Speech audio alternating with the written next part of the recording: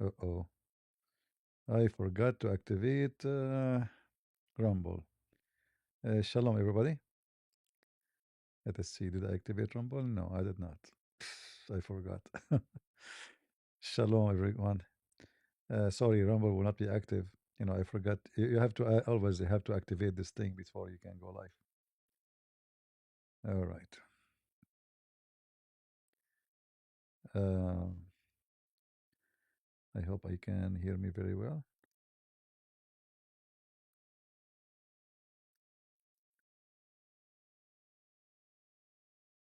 Back to live mode. All right. Shalom. I said let us take a break from the garbage of Muhammad and have some good time together without Muhammad garbage. What do you think? That will be better, right?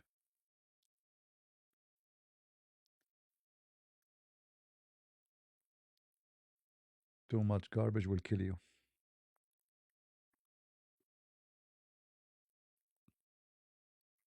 Can can be louder? My voice not louder? Really? Okay, let me check. Because this microphone work only with migrants. Let's see here.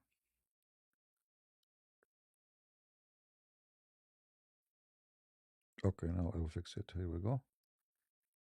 Is it better now? You hear me good?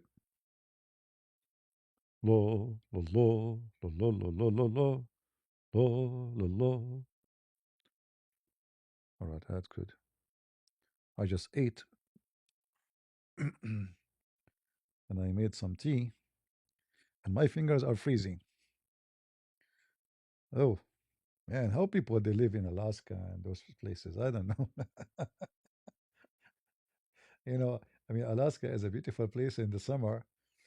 Maybe it is actually because the bugs there in the summer will be in the size of monsters. But some people like the snow. I don't know. All right. Well, we will have a very friendly conversation. If anyone want to say anything, want to ask questions, have nothing to do with the garbage of Muhammad. Take a break from Muhammad and his garbage. All right. What I ate? That's a good question. I have little, piece of ribs in the freezer.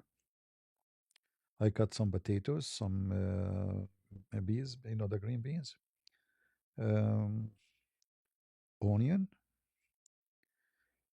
hot Korean hot pepper, um, yeah, like a mix, and some rice. Especially in the cold weather, that will be good.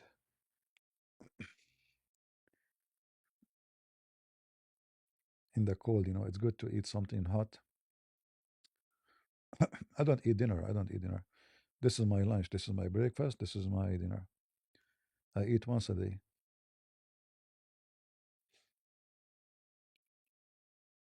I never eat a breakfast. To eat a breakfast, that would be very weird, like very strange, like something not normal. Ulama in Arabic mean scientists, scholars,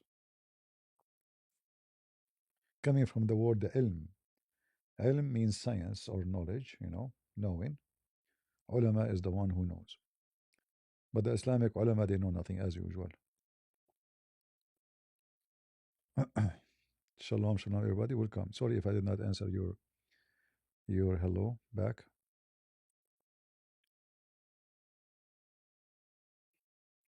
Yeah, I know spicy keep you warm. Yeah, that's why I avoid eating too much spicy in the summer because that would make my head drip. My brain is the most hot place in my body, so it's like you have a very very hot engine. Do you have any knowledge about Christians in North India, Northeast? No, I do not know. Maybe someone who is an Indian Christian can do better than me about it. Please help pray for my family. Just lost my father suddenly. I enjoy your work. All right, my friend. Well, I'm sad that you lost your father. But this is maybe a good topic to start with. Uh, we lose family, we lose in our life, we lose many things. But for us as a believers, I will tell you about myself. I was life as usual, and I was talking to at that time I have maybe I don't know at least maybe 2,000 people listening, and then I receive a message. It says your father passed away. So I did not even say one word. I did not even like nobody even noticed. I finished my stream normally, maybe a little bit shorter. Uh, and the reason is not because I don't love my dad. No, no way. But I understand life very well, and I understand that this moment is going to come. So somebody have to go first. Like either I go first, he go first. Somebody will go first. Always in the family, somebody who will go first, somebody will go next. And uh, uh, breaking into emotion and sadness will not help. Doesn't mean that you don't have emotion, but because I know he's a believer, and I believe that who believe in me and die he will live, as Jesus said. So I will not be too much sad, and I will not be too much upset, even though I will for sure I'm losing a person I love. But I understand too that we are born to die.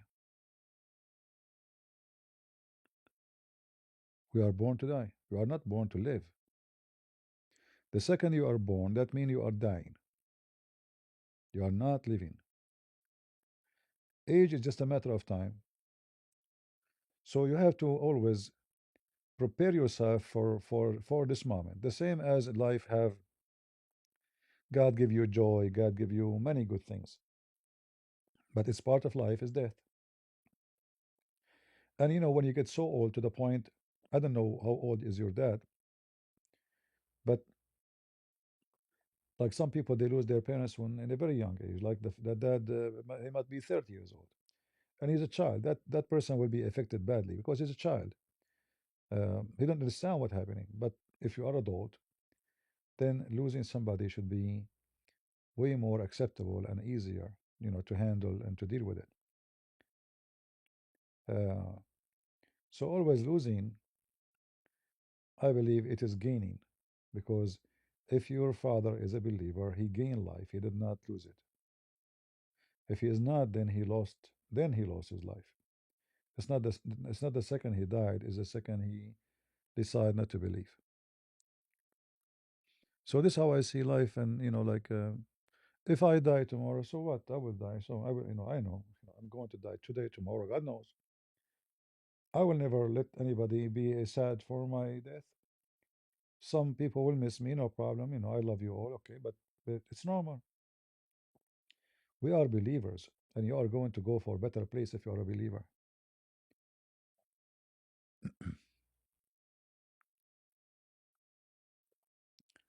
And actually, I never said anything about my father for long time. I didn't mention. I mean, even like second day, a week after, 10 weeks, 10 months after, I did not say it to anybody. My father, he passed away. Some people, if something happened to them, they will tell everybody. They will, because and I'm different. I acted as nothing happened, but doesn't mean I am, not infected by it. But I understand that life, you know, is life.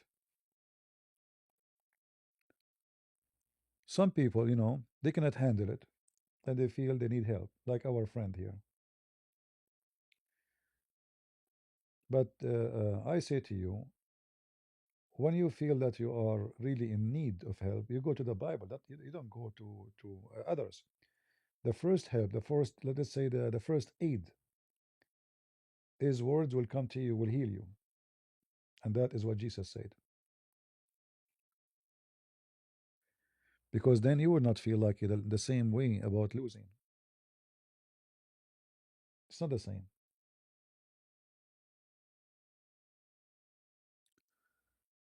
Um,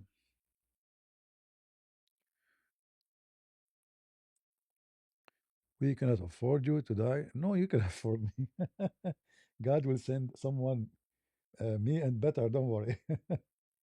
Always God, he don't leave himself without witnesses, my friend. Will never happen, you know. The same as our Lord, he sent, he sent his disciples. Some they were bad and betray him, like Judah, and some they were wonderful and they gave their life. And God always, he will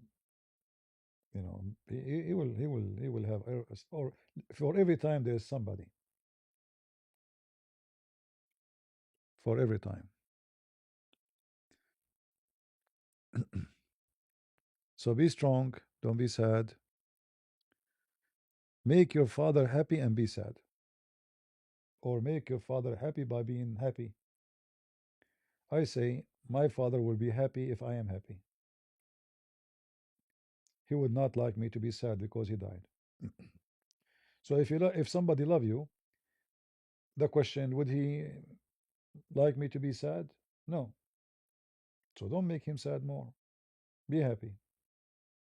Be happy and pray for him uh, to be with the Lord. With the Lord.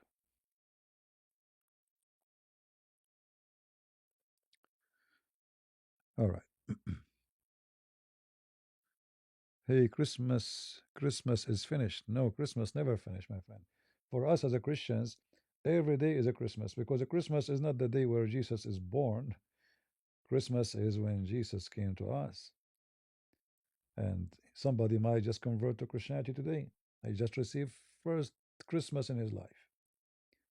Christmas is every day. Christmas means the service of Christ. Christmas never ends. And the best day of the year is Christmas. And if you can make it 365 days in the year, man, you are very smart. You see, there's something called the art of living and something called the art of dying. Both are art and both are good. The one who understands the art of living is the one who understands the art of dying. What do I mean by art? Is it like a drawing by a brush? No. So I understand what life is about. So by making my life the most I can happy, then I'm going to die happy because I was able to accomplish the art of happy life. So the art of living. For the art of living will make your the day when you come to die is still beautiful. Some people do not understand what life is about. Some people they take it as animals. Life for them is just food. Like a dog, he see food, his saliva run right away. His saliva run before even touch the food. Because he's an animal. So human being, when he train himself to be the same as a dog, then he will be the same as a dog with his saliva running, even if there's no food. Like if you train your dog, you want to feed him, let us say 12 noon every day. If you come to your dog at 12 noon, even if you did not see the food yet, his saliva is running because he learned that at this time food is coming. If you train your dog like you ring the bell before the food, you did not show the food yet. The second he hear the bell, his saliva run because the sound of the bell connected to food in his brain. And a human being is the same. Either he want to be living like a human or he want to live like a dog. So either he is a person who he don't control his saliva, or his saliva speed him, which means his saliva become his brain. Control anger publicly. Not always anger is bad. Anger can be good. You know, it's not true that anger is bad. Like Jesus, he was angry from the Pharisees, people making bazaar around the temple, right? So there is an anger because you have jealousy and passionate to something, like you are faithful. So you have anger when somebody lie about Christ. You can be angry too about things happening in the family because you care for them. Anger is not always bad. There's an anger which is bad, which is it's not the place for it, and the reaction is not does not befit with what happened. That is obviously a very negative one, not positive. So I advise you if you get angry, I don't know, like I don't know what anger you're talking about. Let us say you are talking to your wife or somebody you care for, your mom, your dad, and if you get so angry, maybe your tongue will hurt them, and that will hurt later.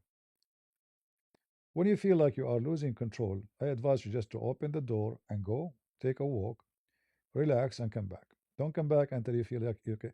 Because if you love a person, you might be angry, but you don't hate the person. Still, you love the person. So there's something at the moment is taking control over your mind and over your tongue, and that is supposedly what we call anger. So what we do, it's like you have a water in the top of a stove, and the water is boiling. So what is the reason for the boiling? There's a fire. We move the water from the boiler, the water will cool down, and then the water will keep cooling down until it has become drinkable, will taste good. So you go, you cool down the same as a water cool down until you are drinkable. You think you're drinkable, and the person you want to talk to, you can talk to in a very nice, and even you don't have to agree. Let's just say he's wrong or she's wrong, but don't talk when you are boiling, because then it's not you who's talking, it's the bubbles of the heat. All right, it's not you no more. It's too much energy coming. It's not your brain, it's your anger. And then you might say words you regret later saying them. And some people, if you say to them something, they will remind you 20 years after you said this to me. Correct? So why you want to do that to yourself? Especially for someone you will meet every day, maybe in your life, maybe your family, your wife, your daughter, whatever. They will remind you. Trust me. A child here can remember what his parents says to him when he was maybe even 8 years old. If you said something, you know, stuck in their mind, and then you can make your son or daughter your enemy just because you said something very, like, let us say, stupid, because we can do stupid things. Human being not always wise.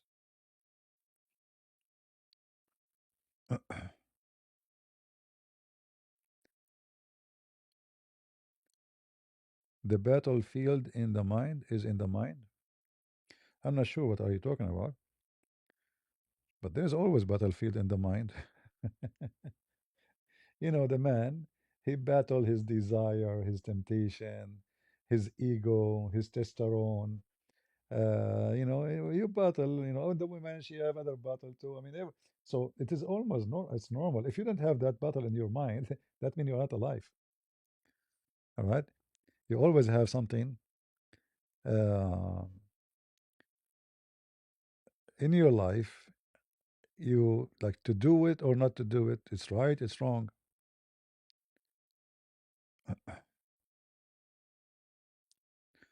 Crushy is learning a very expensive lesson.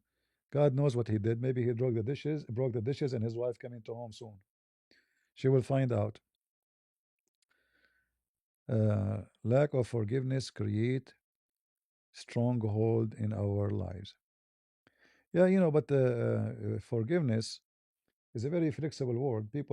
Many people don't understand it. Forgiveness is not to say I forgive you.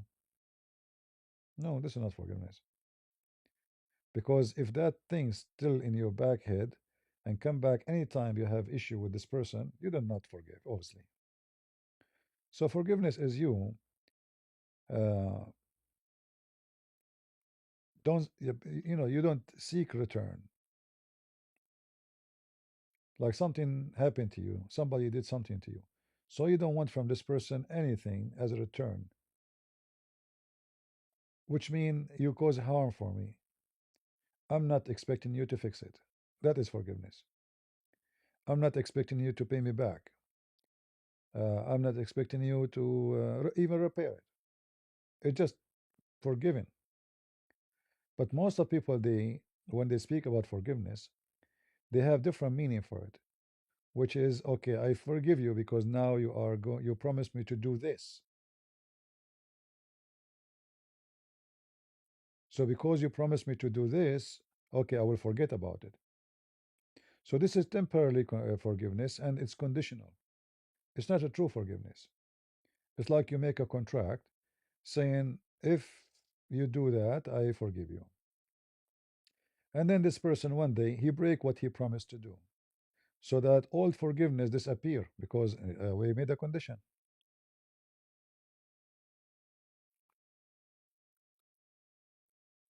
What do you like most about the life of Jesus?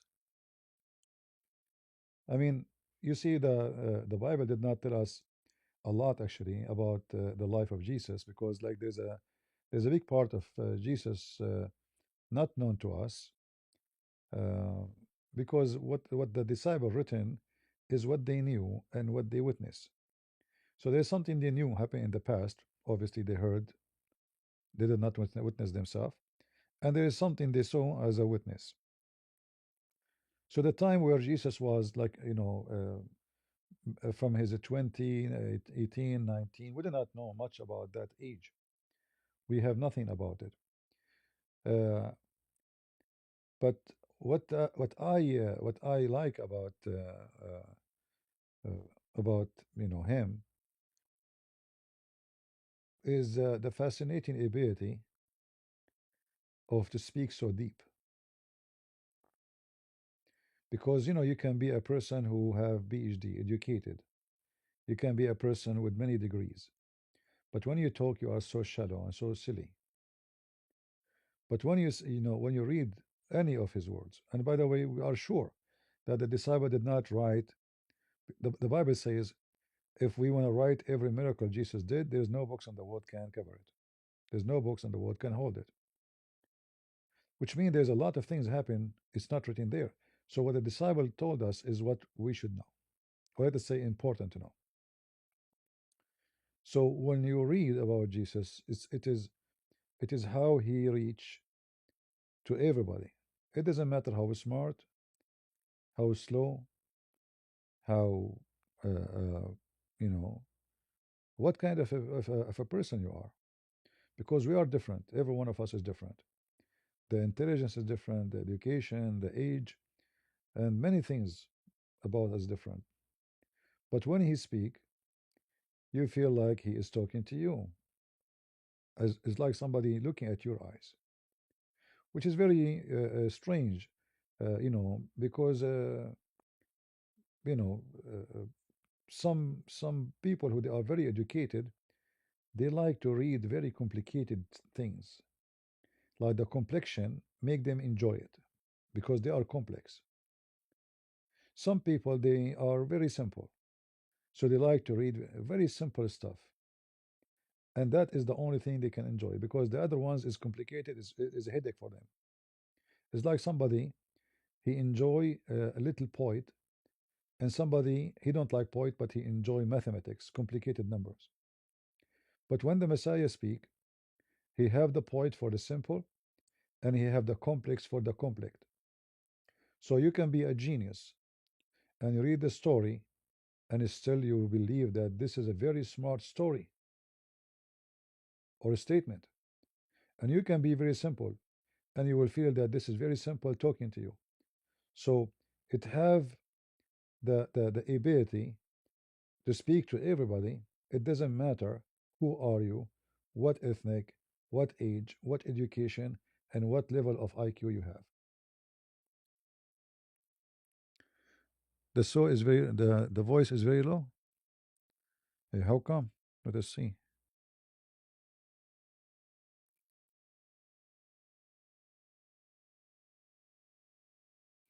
It cannot be, my friend. The voice from my side is coming very high. It doesn't make sense. Okay, let us try more. Maybe your speaker headphone. I don't know.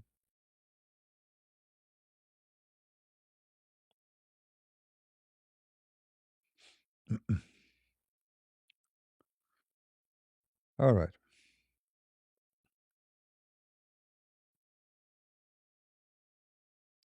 Try to hear me from the phone. Maybe see if the same.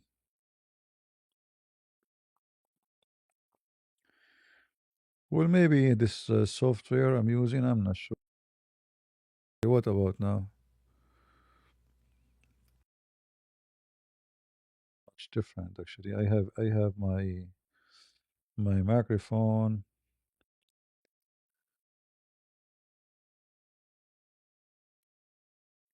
It is going high. Okay. So I don't know. It shouldn't be low.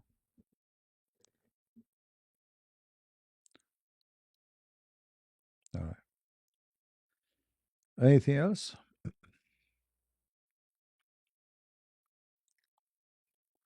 Good to take a break from Muhammad, huh? Every day this idiot.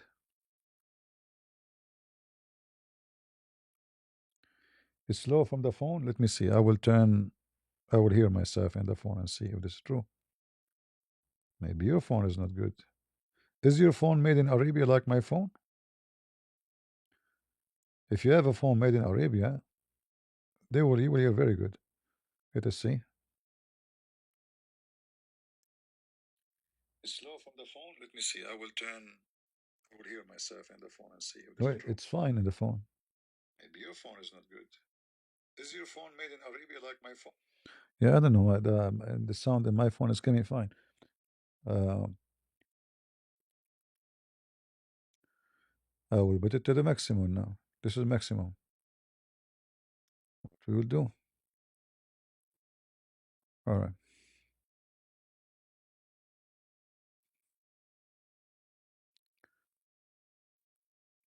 All right. Do you speak French? It's very easy to speak French. Just add "le" before any word. You speak French. Like "Lou, how you are you doing?" Like "Hello, where you been?" It's very French is very easy. Just add "Lou." I went to France. I saw a taxi. I said "Lou taxi." He stopped. I said "Lou address." He took me there. I gave him the paper. And then I told him I want to go to falafel. I told him "Lou falafel." He took me there. Very easy. You know. Uh,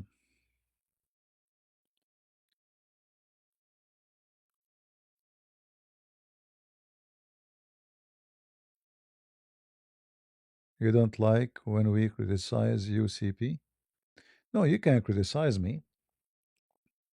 But sometimes, people they come to criticize about. You see, I mean, you can criticize anyone for sure, and there is no way, there is nothing about me to criticize. But I believe sometimes people they come to criticize in the wrong time, in the wrong place. Like I'm a person going at war, and my topic is very deadly. Then somebody he posts a comment. It's silly comment. I see it. Like, I mean, look what I am doing, and look what he's talking about. So it's like somebody he go to five stars hotel and then he go from floor to floor trying to like to find a piece of dust somewhere. And then he find it finally. And then he go and make a review about the dust he saw in this five-star hotel. So all the good things there he did not see it, he see the dust. This is how I see sometimes people do, you know. CP about my buy a sword during capture in garden, Peter attack. But Jesus says I can call entire army angels. Why buy a weapon? Yeah, the weapon, he did not ask them to buy it for that day. He asked them when they were traveling from place to place to prevent, pirate from even thinking about attacking them. We are talking about the old days. I mean, even now, you hear stories about every day. Like we mentioned yesterday, somebody he went to sell or buy phone from Facebook Market. He, one girls and two boys at the age of 18. They ambush him and they shot him dead. And this is now, 2024, 26. So at that time, the easiest way for slavery is to capture people in the road, going from city to city. You kidnap them, they don't go home.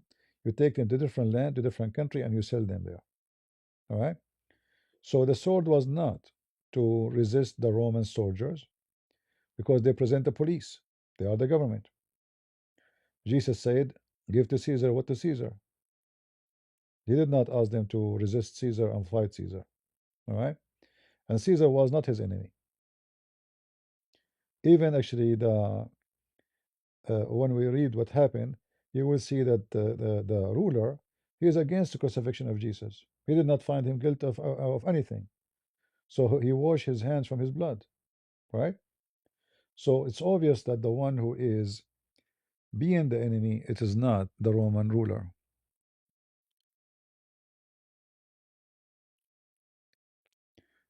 Can you address a lot of Catholic converting to Islam in the Philippines? What I know,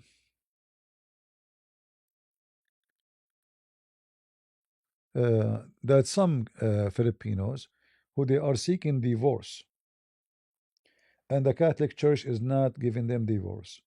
So they convert to Islam because in the Filipino law, if you change your religion, then you can seek divorce. In the Catholic Church, they are not allowed. So I know that some, they, in order to get rid of a husband or a wife, they go and convert to Islam, but doesn't mean they are converting for real. In the same time, the Muslim, they spend a lot of money, they open a school somewhere, they go to poor areas. That is possible. But this is not, you know, the one who convert to Islam, obviously he is not a believer. He's out already. There's no way somebody, he's true believer, he will leave. And this is the same in Islam too. In Islam, when somebody come talk to me, and then I speak to him, and then after 2 hours, 3 hours, he leave Islam. Obviously, inside him, he is not convinced. He's not a believer. Even though he is debating, he is refusing, he's fighting back, but it's obvious he don't have a deep root. So if somebody convert to different religion from any religion to any religion, he is not deep rooted. He have a doubt somewhere somehow. So when the storm come, he will be uprooted.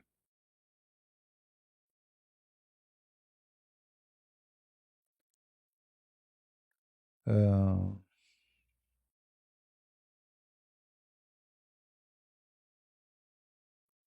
well, I do not know about this channel. Well, if he's doing good, well, that's great.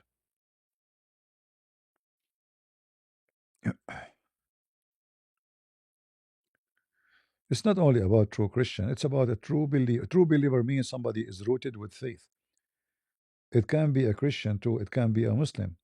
When somebody have a doubt and he is not, or he don't even care, you know, like how many people they claim to be Christians, but they are in nightclub and they are drinking and having sex around, etc. And then you ask them, they say we are Christians. But are they?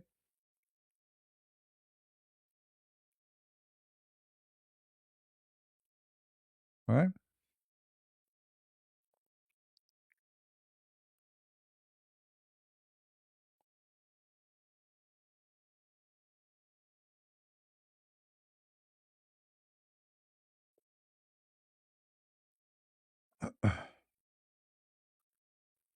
Yeah, they convert to Islam so they can get divorced. But then after that, they can leave. This is just useless because in the Philippines, nobody care if you are really, and Muslims are minority.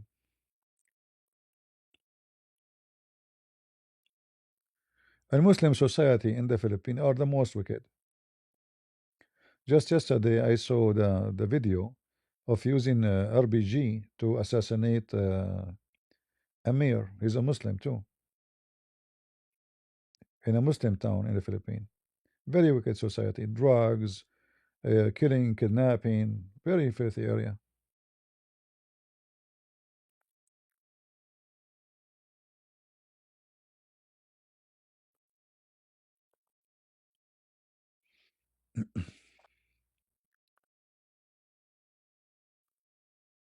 We are trying not to talk about Muslims today. We want to take a break from Islam and Muhammad. Why Muhammad did not give his daughter to well, because he's a hypocrite.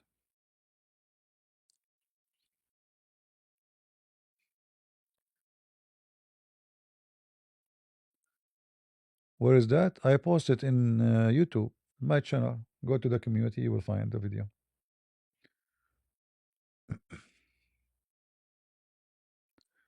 And they even fail. I mean, imagine this guy using RPG from a distance not even like 13 meter, and he missed. He missed.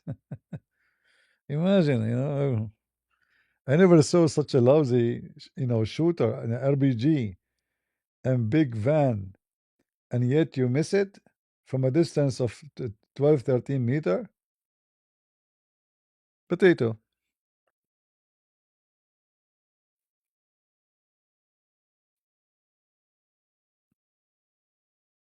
Yeah, he missed 2 meter away. I think he have a cross eyes or something, the one who shoot it. And then all of them, the three got killed. The three attackers got killed, but they are Muslims.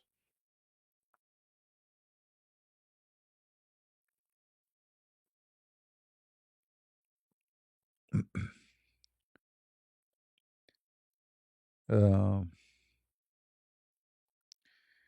CP, I will go to hell if I don't forgive the English for what they have did to my people.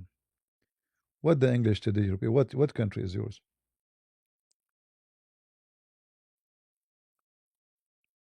Can you help us and tell us which country is yours?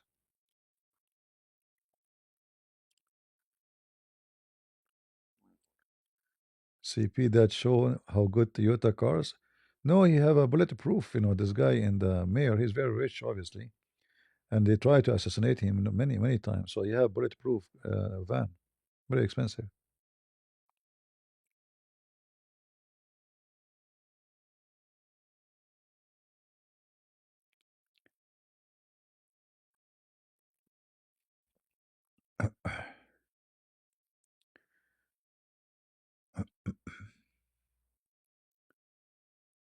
So where is the gentleman he says the English did to his people?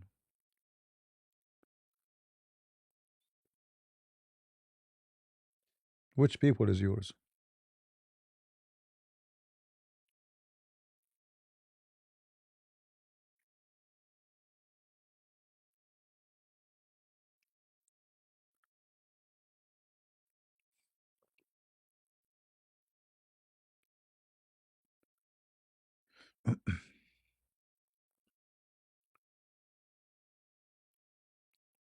I don't know. People they post something, they cut the word, the sentence, so it doesn't make sense to me. If you say something, make it in full. How we know which your people is your is your people?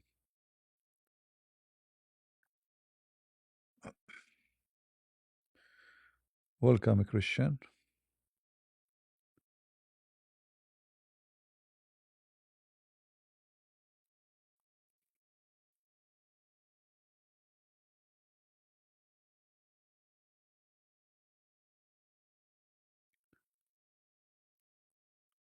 It's very cold outside. I am from Philippines originally. My my parents say our town was very safe year back when they were young compared to now when a lot of Muslims immigrated. Any idea who let them? Well, since the Filipino government they signed the peace agreement, uh, that allowed them, encouraged them to migrate to all kind of areas in the Philippines. So this is the negative thing about this peace agreement. Before the Muslim didn't go inside the Philippines. After they flood, so you find them they can take over all the stores and all because this is what they do for a living. So this is the consequence of this peace agreement.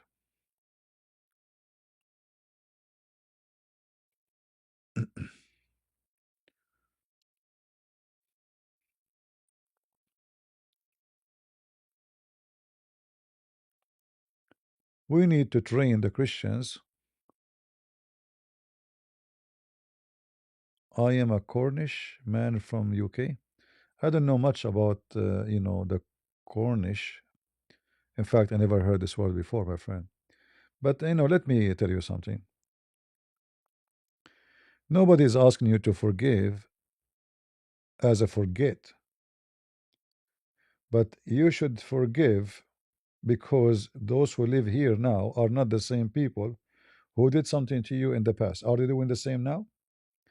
So work with today and learn from the back of history so you will not repeat it again.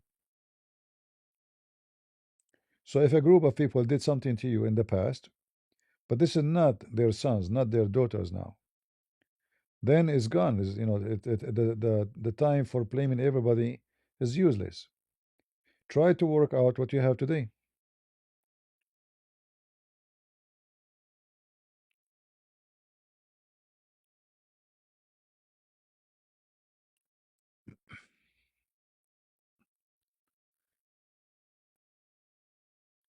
Just remembering the past and stuck with it will not help. Remember the past so you learn from it so it will not repeat again. You will not do the same mistakes happen to your ancestors.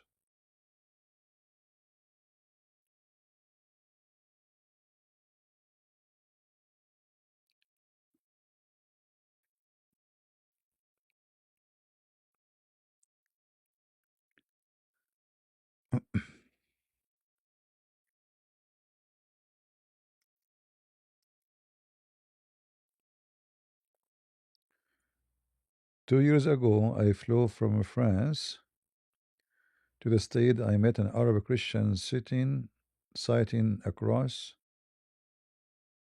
to the across to me. He was hairy, scary looking. You describe yourself such since then. I wonder if it's you. It's possible. Once I was taking an airplane, but I was taking in like a Arabian airline, you know, and I was dressing looked like Western. So like there was an occasion in the Middle East in a Christian. They have a day they call it Barbara. I don't know if anybody knows what is that. So this is a lady. She converted to Christianity, and there's a story about her. So she like hide herself. So what people they do, but not like Halloween. It's not like stupid, you know. It is and the people they dress like a nice custom. So I was dressing like a cowboy. So I was in the airplane going to the Middle East, and I was sitting in the seats where whereas those hosts they sit when the airplane is going up or when they want to rest. So they were sitting in front of me and speaking in Arabic, and they thought I am European. They never thought for a second that I'm an Arab and I speak Arabic. And both of them they were talking about me, and they start saying sexual stuff,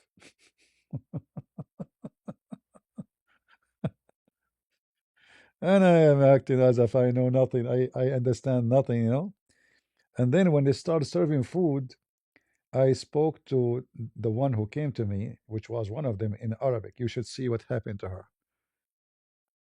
She starts shaking, And then I want my food. She's gone. She don't come back. They skip me. So, sometime You might go somewhere and whatever you see and you start imagining. So you are thinking that this person may be me. Uh, when I say about myself, I'm very hairy. I always make fun of myself, because let us say I'm confident enough to make fun of myself. Some people will be upset if they make fun of themselves or somebody speak about how they look like. For me, I make fun of myself for many reasons. Number one, that will keep women away. Thank God. It's like a to deter, the danger. Secondly, uh, it make me feel better. You know, uh, instead of making fun of somebody, hurting somebody for the way he look like, I make fun of myself, and people laugh, I laugh, and we are happy. So whatever you think about me, how I look like, you can imagine whatever. You can think about Zakanek. Zakanek, you look like me. Actually, I look like him, not like I don't. He don't like me. I look like him. You know. I hope he's not listening. Give him breath. First of all, I am recording everyone you are saying. Zakanek, what are you recording? What do you jump from the middle of nowhere? Give him breath. What I told you, don't mention my name. Secondly, you are thick of. I'm thick of you.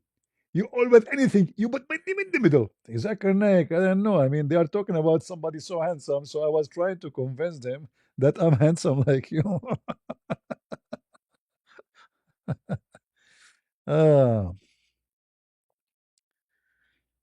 yeah.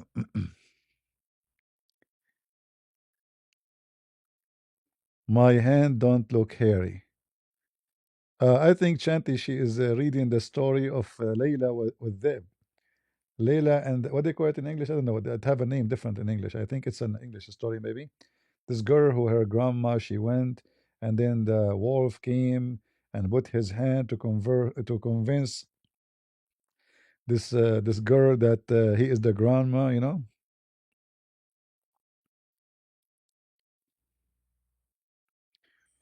Welcome from the Philippines, my friend. Thank you everybody for those who say God bless you. Excuse me if I didn't say your name. What do you think about the Benedict community where Christians live, possession power taken by Christians only? I'm not too much familiar with this, so I don't know exactly. I need to check it out. I focus on certain things. The many other things really I'm not in touch with.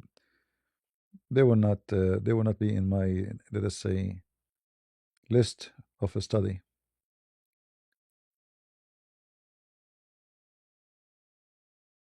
I know I'm comparing myself to Zakir Naik himself.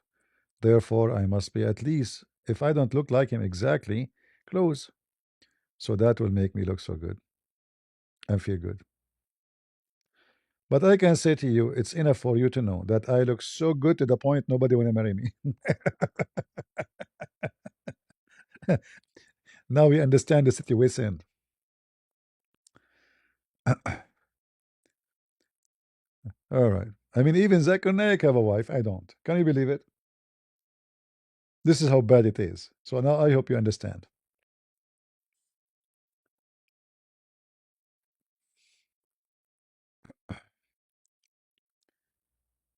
Um, thank you, my friend, for your love. No, the super chat we made it just for hoping that YouTube stop hiding my channel, but I think it's not doing any good, so I might cancel it soon. I just need to go to the setting and cancel it. You know, I'm not here doing business. I don't have a private videos for the rich and special videos for the poor. You know,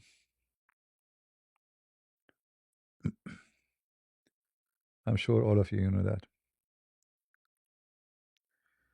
Don't sell yourself short. We can properly find blind women who will never know. Well, it, it doesn't matter who is. I mean, when you say a blind woman, I believe the only one is a blind in this situation is men. Men, because they have eyes, they go blind. So he see a girl, oh, she is beautiful. Oh God, oh God, and then he like, then you go to the restaurant, you pay. Then you go to the store, you buy a dress. Then you buy shoes. Then you buy her a car. Then you buy, and then you keep buying until you are bankrupt.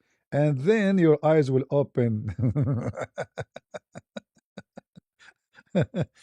So it's not the woman who is blind. It's not the blind women. It is the man who is blind. The men always they are blind. Actually, they because they see in the women is a beauty only. They don't see something else. So the more the women she is pretty in their eyes, not necessarily in reality, because men are blind. So literally, I mean it. So in their eyes, when they see someone, they see her so beautiful, they go flat in their belly, you know, like they become the flying carpet. She just jump and he fly. He's the flying carpet. Command me, you know, because they're blind. Women are different usually, you know. Uh, uh, they have different nature from the men. The men they are interested in the physic. They are interested in a look. They have like let us say a certain image in their head, and they try to apply it on the person they see. The puzzles. So like you have those puzzles, you put them together to make an image. So the man in his head, there's puzzles, and the more this woman she have those puzzles, they match together until she became or like she complete the puzzles. Then the guy go totally blind, and then she is totally in control. And this is not love, by the way. This is not love. This is just a person who is demolished by his desire. He's not even thinking right. So then he will go wrong. He will go blind. A person who love is not a person who will be interested in the women look. Not necessarily. It can be part of it for sure. But a person who have, let us say, he explore all the areas which is this woman she is going to fulfill in his life. What I want from her, what she will do for me, what exactly she will complete in my life. So do he think about her as the mother, or he think about her as a friend, or he think about her that she is smart, she will be wise to be my helper. She is educated, she is smart to be the good teacher for our kids. So everyone he see the women in a different way. So trashy junkie people, they see only a private part. They see legs, excuse my language. They see breast. They don't see even the women. They see body part. And this is why when they get married, they get screwed. Because simply any other woman, she have the same body part, they will switch. They are not really interested in this woman. They don't love her. They love certain things about her. So when anyone pop up in the way and provide the same things, he will cheat. And we hear about a lot of cheaters, men who cheat. Not because the women change, but not necessarily. It can be, but mostly because he liked about her something have nothing to do with her. It's just something to do with female, being desirable. So when somebody else is desirable more appear, you forgot about the first one. So love is something, and desire is something else. And most of men are blind because they are controlled by a man usually is controlled by temptation, not by brain. Temptation drive him, and the second he is tempted, his brain is gone. You know, is not there.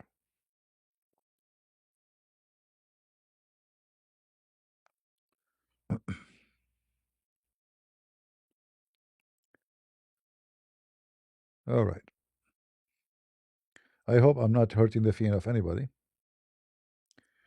Love is a blind, I say. No, no, love is not a blind. This is wrong, actually. That is not love. You go blind when you don't have real love. When you have love, you see. True love, you see. It's like, the mother, she have a true love to her son, but not always. Not all mother, they have the same.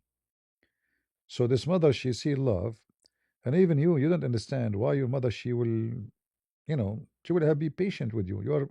Sometimes you can be rude with her, sometimes you can be wicked, sometimes you can be like ungrateful, yet she still love you. So love is not about being blind. Love is about being a gift. So when you marry someone because you want to take, that means you are not in love. You are just in love with yourself. So when two people they marry each other and they are in love, each one of them he is thinking what he will give, not what he will take. If one of them only he think what he will give to make the other person, that means this person in love, the other one is not, and then they will struggle, and this person will suffer. So love is exchange of interest, of making the other one happy, not how I will be happy. But most of people they are thinking how I will be happy. Not It's like when Jesus when for God loved the world, he sent his only begotten son. He is thinking about us, how to save us, how to make us happy. He don't want anything from us. That is love. When you love God because you want something from him, that means you don't love him. Love is not an exchange of service. Love is someone he is willing to give, and that giving make him happy. It's like somebody give somebody poor money. He don't know him. You have no idea who is this person. That is love. You don't expect to see him again. Maybe one day he will become millionaire. Maybe he is wicked. But because you have a good love in your heart, and that love drive you to do things, you gave someone you don't know. So to make it simple, love is the one who is willing to love without expectation of return. And sadly, most of people they do that in the opposite way. You love somebody because you want return, not because you love really. It's always you have expectation, and this is why many people they struggle in their marriage or life because expectation does not match with return. But if you don't have expectation, then you will never fail. This is why the Bible says love never fail. Why? Because that love is not with expectation. It does not ask you for return. All right.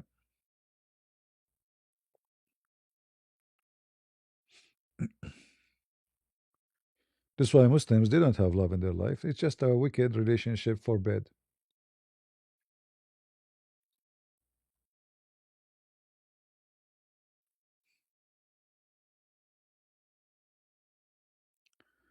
Somalian from Somalia, how come you have not to talk about them destroying Minnesota? I talk before anyone talk. But what? I will talk about those people every day. My friend, many of those who they are in the internet talking about Islam, I was talking about Islam before even they were not even teenage.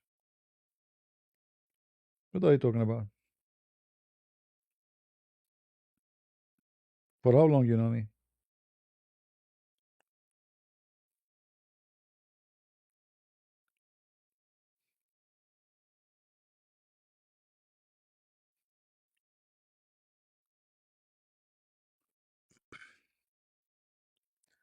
Shall we talk about the same thing every day?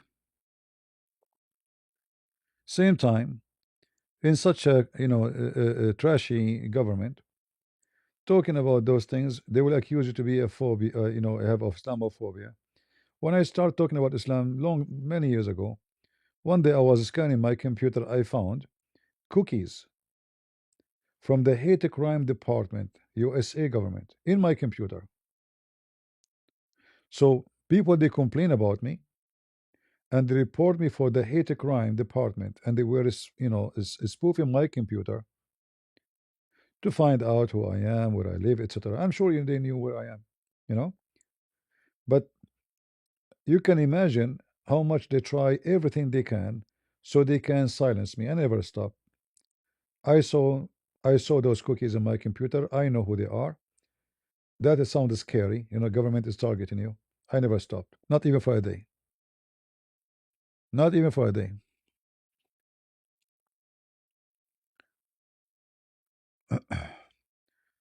I'm into that, Philip. Thank you.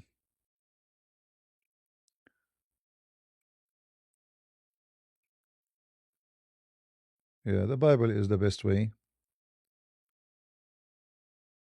to share the truth. Uh, ACP, you have any thought about Christians metal music like Demon Hunter? I never heard of those, and I'm not interested. It's not my style of doing things.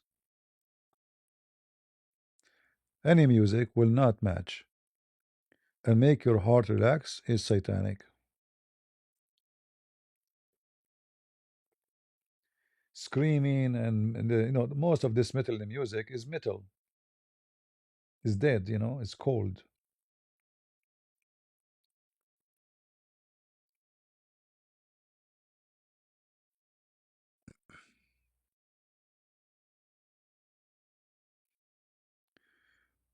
Do you think Indonesia will separate like Timor East? What do you think? Depend. You see, separation of land can happen when some circumstances happen, like other countries, other nations, powerful nations. They give it a push for an area, territory to be separated. It's possible, and that usually happen when a country is weak. So if Indonesia one day face some kind of chaos, where is kind of a little civil war happening, something like that, then that will make it easier. If the army is strong, the government is strong, then that will not happen.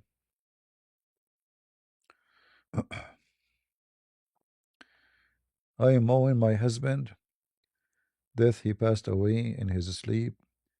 We have 5 years old, 12 and 12 years old boy. Please, I need your prayer.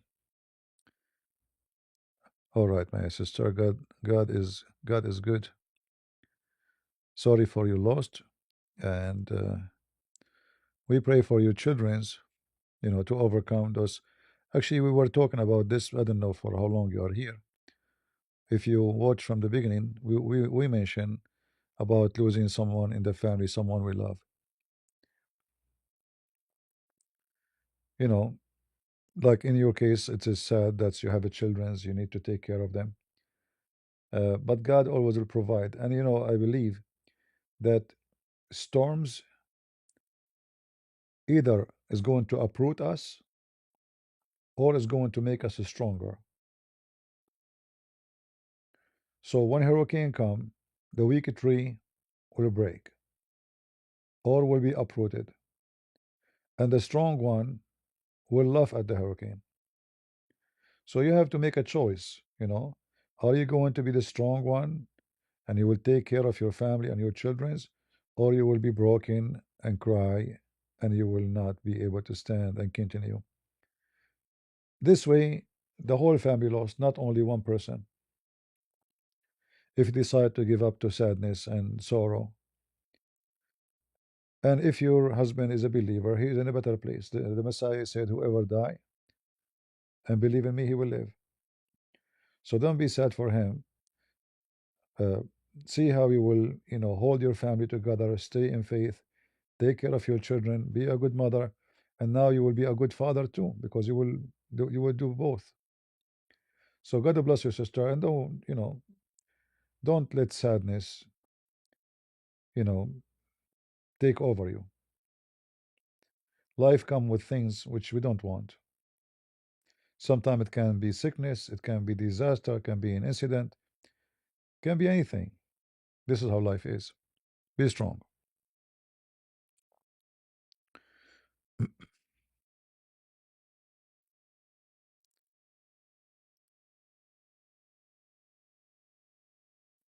This is how life is. We are born to die. We are not born to live. That's why we were saying learn, enjoy how to live. Because today, now you are breathing, tomorrow maybe you are not. Today you have a spouse next to you, maybe tomorrow not. You don't know. You might, you see your mom today, you shake hands with her, bye bye, mom. Maybe you will not see her again. So, this is how life is. And always you have to be ready for the worst. But for us as a believers, because we have the promise of the Lord, the one who died, he will live always. So we are just missing the person for now, but we are not missing him forever.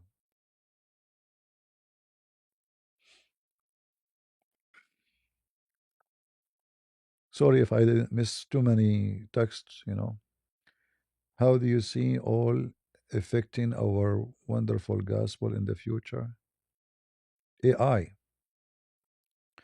AI can impact only those who they have no, they don't have intelligence. So you see, AI is a artificial intelligence, right? So if you have intelligence, nothing can affect you. But if you don't, if you are vacuum inside, then anything can fill it up. Islam can fill it up. Buddhism. You see those European ones, walking behind the Buddhist monks like a chicken, and just silly because they are empty inside.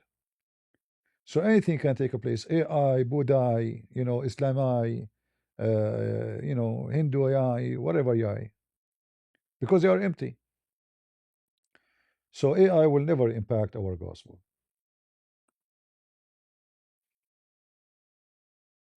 because the gospel is not and cannot be impacted by anything. People can be impacted because simply they are shallow.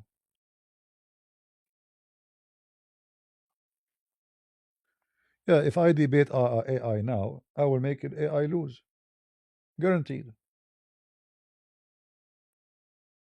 And I did that many times live. Go check it out. AI is really intelligent. AI simply is a software collect information from the internet.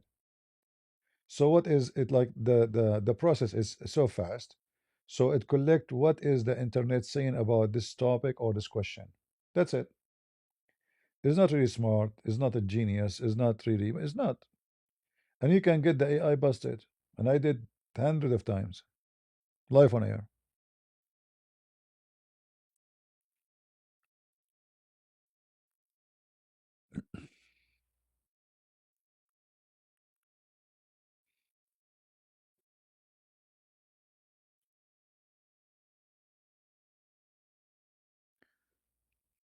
Our sister, the one she said her husband passed away. Are you working, sister? Do you have a job?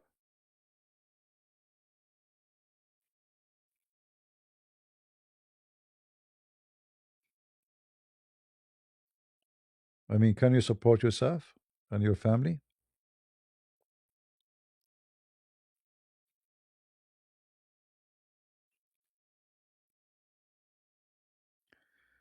If you need any help, you can contact me in Patreon.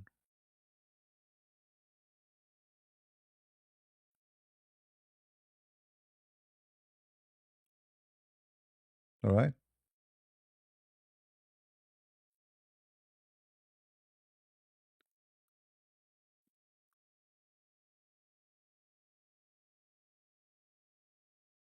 Any question?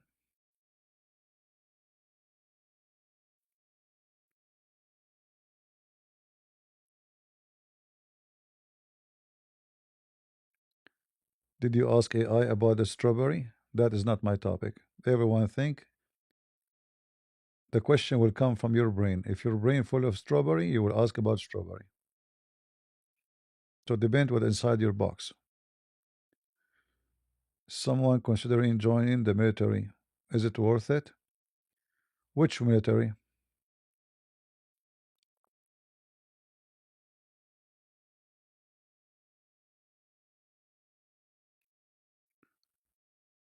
Every country have different rules and different benefit and different etc.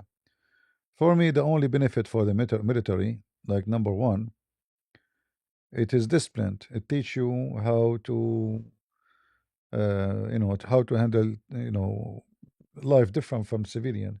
Civilian, you wake up when you want, you dress as you wish.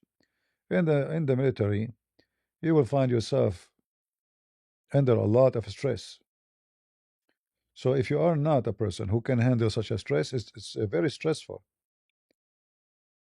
Especially in the beginning when the training, they will shout at you, scream at you, disrespect you. You imagine it's part of the process of training you.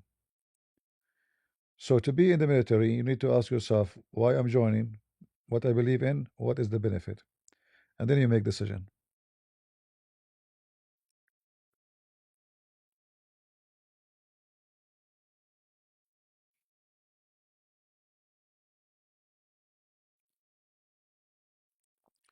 Well, today we are not talking about Muhammad, my friend. So if you want to ask me about something else, we will leave it for other time if you have questions about Islam.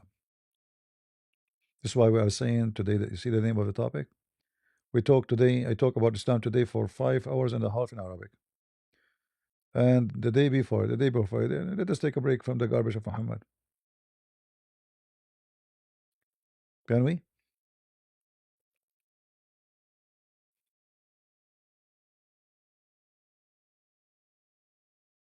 Let us take a break from the garbage of Islam. What the purpose of joining military in the first place? Why not? There's many, you know, people are not the same. People, they have different opportunity. There's someone is poor, he cannot go to school, he cannot pay for school. As an example, in USA, if you join the army, they will pay for your school. So you can get a degree, bachelor degree, and the army pay for it, full paid. Why not? And the same time, you can have a good career. You can choose a job which can be useful because they will train you for free. Let us say you join the army, the marines to do welding. Let us say you are just a high school person, and they teach you the most high skills of welding, which if you go to school, you will pay tens of $1,000s to learn. You have a career. In fact, a very expensive career. Uh, I mean, there's many things. They in the army they can choose the right one which fit with you, and this job you learn to do in the army is useful like outside as a civilian. So you can choose something. It can work in the army and it's needed when you are done with the army. And then that's it. You finish, you have a career. If you don't want to use it for a school, they can pay for your son's school.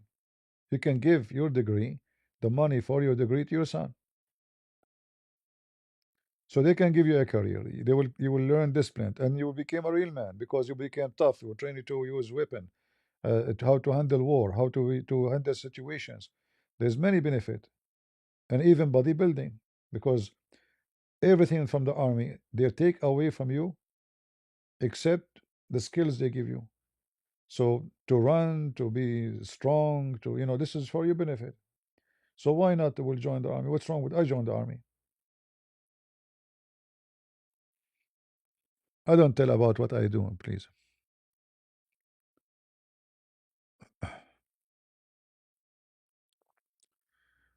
The American military, like USA Army, if someone want to a better life, escape his problem, is it worth it to join? If you are into the army to escape problem, it might be other problem. So you need to think about, the army is not easy too. As I told you, people will scream at you.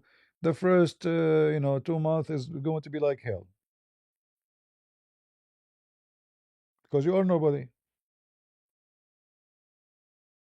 Go in the mud, jump. The drill sergeant will scream at you, will call you names.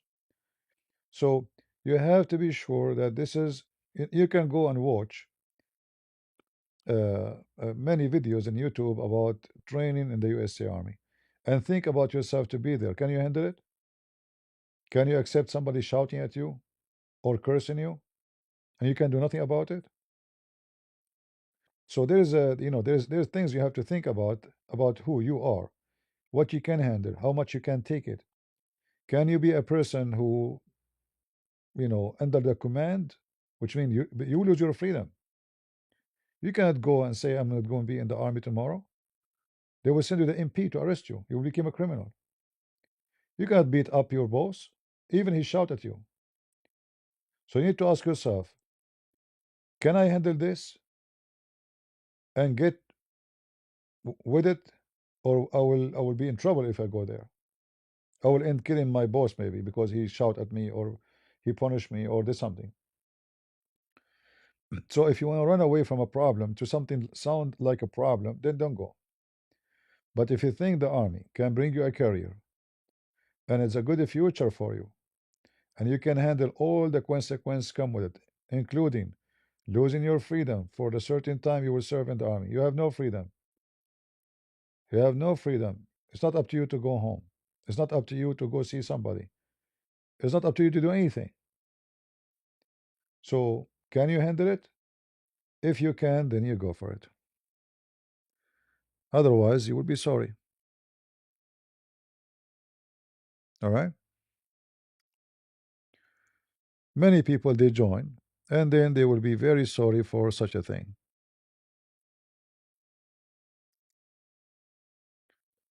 Philip send a message to who? I have shown you very way. Oh, this is Act, Book of Acts, sorry. We saw this one. Thank you, Nita.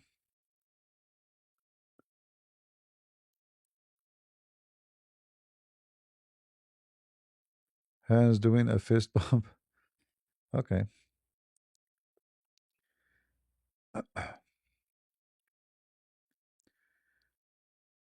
Did you get disrespected often by your superior army? No, no, this is in the army. When you go for a training, from the first second, they will disrespect you. They will shout at you.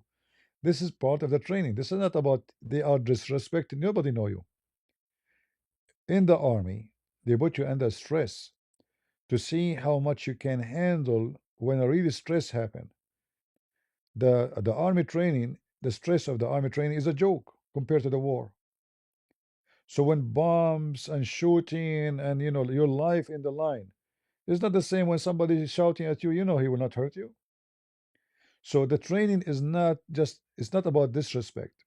It's about a training of how to be disciplined and the same time how to handle stress. So if they notice that you are not fit, they will kick you out.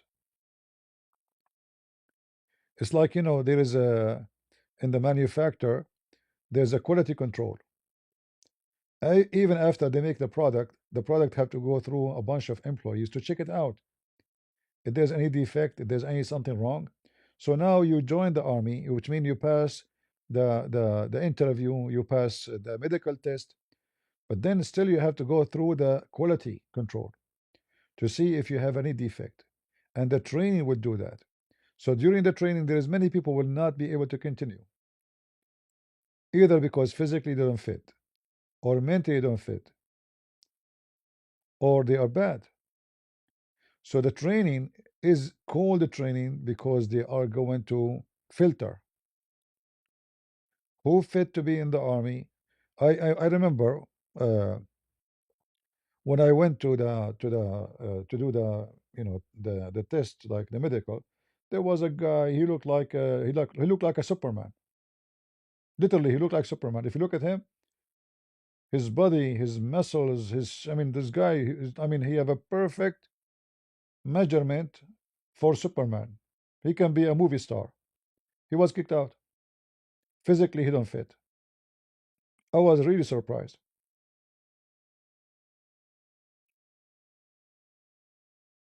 Did not even take, not even after 1 hour. They told him, you go home.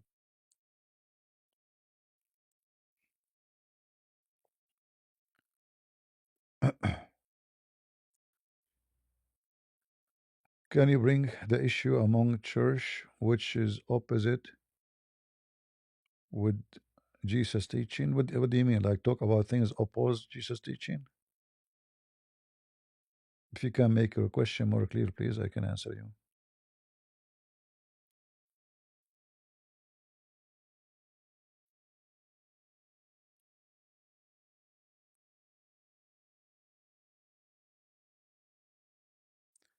Yeah, exactly. When you go in the army, because simply you are now under the pressure to see how good, how you know, for me, I don't know if I told this story before. Once the drill sergeant, he was shouting, and then he ordered everybody to go in the mud. I did not go in the mud. He gets so close to me. He was wearing this big hat, go down in the mud. And, they are very loud, very. And he gets so close to my face. And I said to him in very cold way, no English. No English. He said, what? What? No English? And he started saying all kind of bad language. What happened to this country? What happened to this government? How in the world they got this guy here? He don't speak English. He put him in the army. And he said, "You what?" I said, "I have no English." He said, "Okay, go, go, go, go, go, go from here, go, go."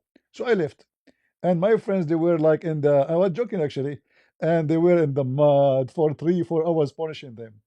So in the at night, it was like nighttime, and we were sitting, and I was talking about Islam, and when I'm talking, suddenly the whole room became so quiet, and everybody looking behind me. What happened? Then the drill sergeant he came from my back and he hold me from my shirt. He said, "You know English, huh? Come with me."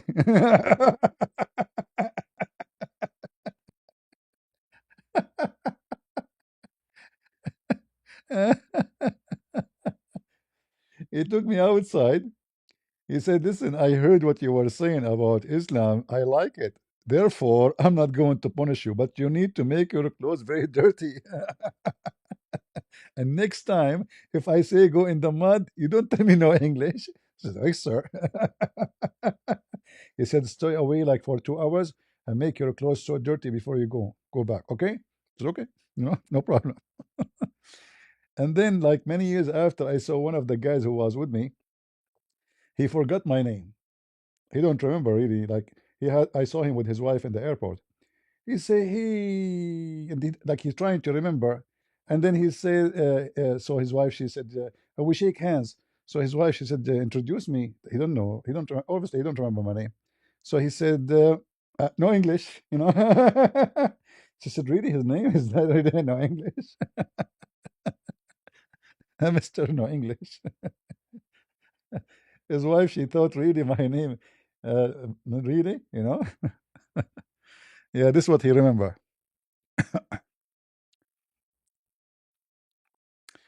How you can call me? You can contact me in Patreon. And today we are not taking calls. The funny, if I say call me, nobody will call me.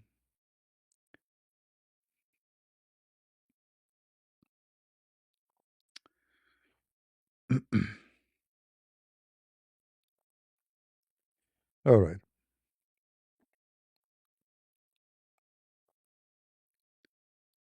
My friend, I will not tell you about what I do in the army, what I did. I'm not here to report to anyone. I'm very private. I don't share much.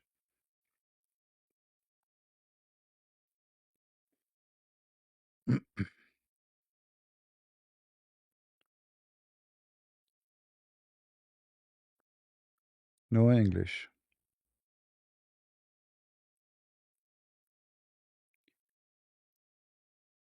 Yeah, not today, not today. I'm not going to take call today.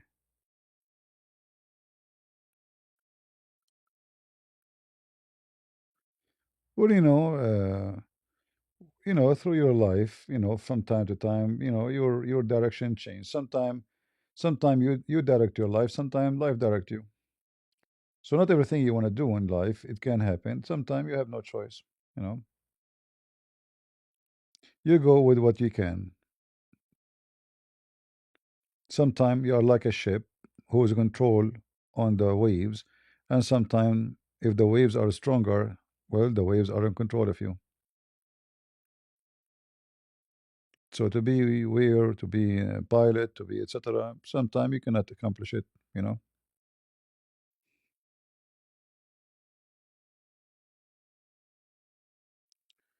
Yeah, you know, I told you, if you want to join the army, choose. I advise you choose a job which can be useful after you finish with the army. So they will teach you a skills which can be useful for civilian, not something have nothing to do with after service. Don't choose like I know somebody. He joined the army. You know those guys who hold the stick for the airplane. You know, I told him, why you choose this? I mean, this is not the skills. This is something they can teach in in half hour to somebody. It's not really a skills. Why you don't go be a mechanic, airplane mechanic, ships mechanic, engine, airplane engines? Something can be a big career. So they will pay you those private companies like you can finish and you can join Boeing, you can join Lockheed, you can join those companies, and you will make a big money and you will have free training. So don't join a silly job. Join something in the army will give you a powerful training for the future because you need to think about tomorrow after you finish with them what you would do if they give you a training for something you cannot practice out of the army. That means you will be empty handy after 4 years or 5 years. All right, so I don't know what you like, but you can check all the jobs they have and see which one fit with you. All right,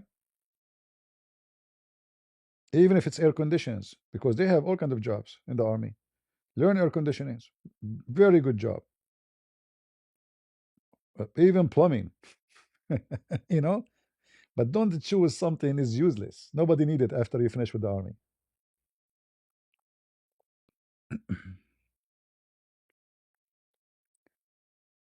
uh, do you barb after drinking spirit? I don't drink spirit. Those drinks are not good for your health, my friend.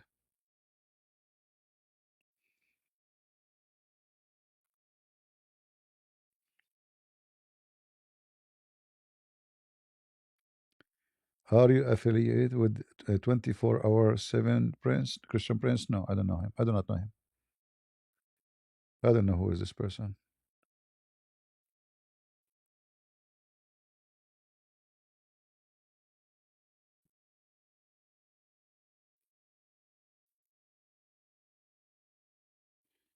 I see no question here. A microphone, what? I don't know what do you mean, Abu Tony, Abu Anthony.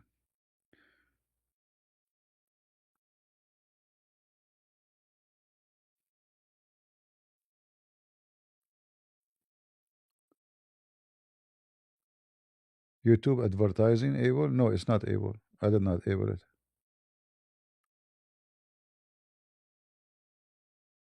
No, no, I don't have ads in my YouTube. Anyone see ad in my YouTube? Do you guys have you seen any ads in my YouTube page?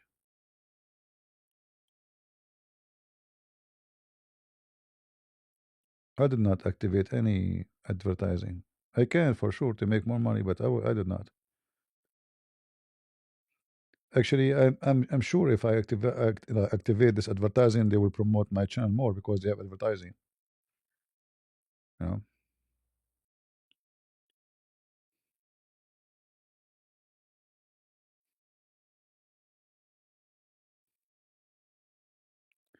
my boyfriend.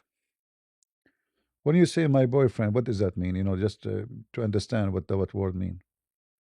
As you know, I'm a Middle Eastern, and I have different understanding for the word boyfriend. Is boyfriend someone is a friend, or someone is more into, you know, different kind of relationship?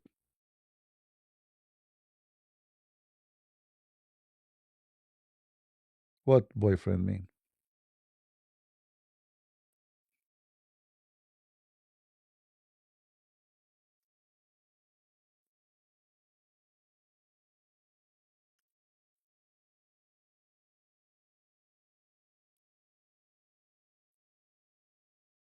Do you mean a friend?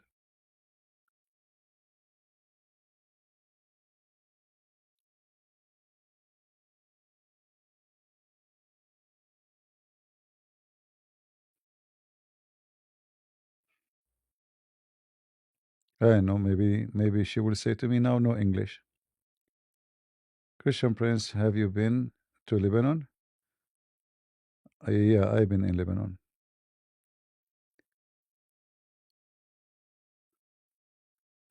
Boyfriend as a friend or something else? A Christian person should not have a boyfriend or girlfriend in the mean of sexuality. If you mean a friend, close a friend, no problem. But boyfriend, someone he sleep with you and you sleep with him, that is not right. And you know that. Yes, Abu Tony. Abu Anthony, sorry. I've been in Lebanon.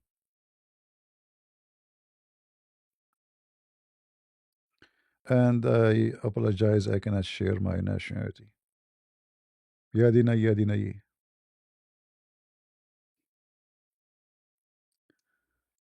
Thank you, my friend. Blessing to you.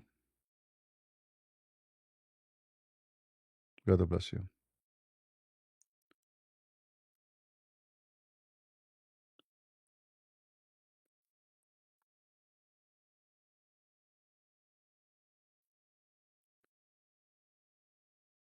Well, you don't choose your neighbors, you know.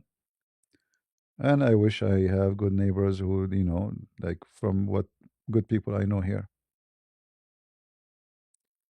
Boyfriend mean lover. Yeah, still never lover, no problem, but lover mean in which meaning? Like, is it sexual? Is he sleep with you? Because if we complain that you don't go to church and I sleep with him, you are the same. You don't go to church. If you have a person you sleep with, so what the point of going to the church? You are not, you are not caring for the teaching of Jesus.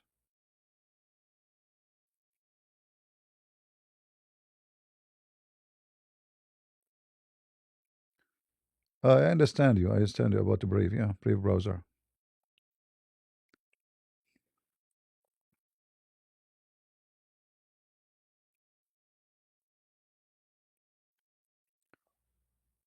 So you are worried about him not going to church, but you are not worried about yourself doing something wrong. So why we go to church?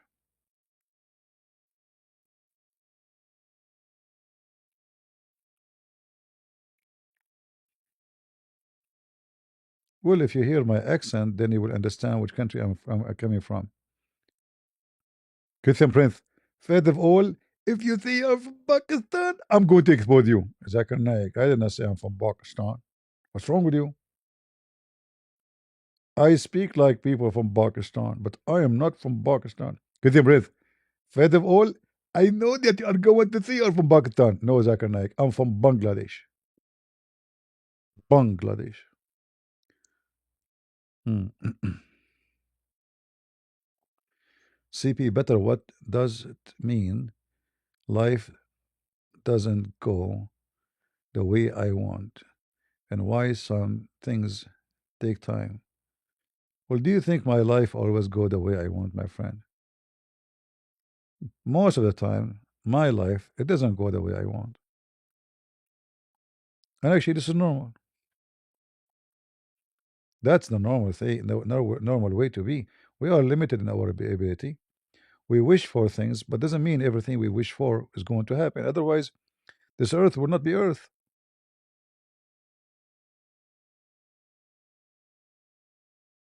right? This earth will not be earth if everything goes as we wish, right?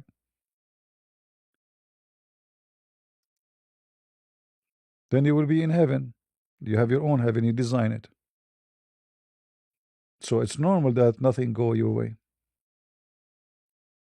This is a normal way to do, to be. No, I don't like to be from Singapore because Singapore, the origin of this country, those people there, they sing and they are poor. I sing, but I don't want to be poor. You go to Singapore, everybody is homeless. This is why they call it Singapore. They are very, I mean, homeless and singing. They sing very poor.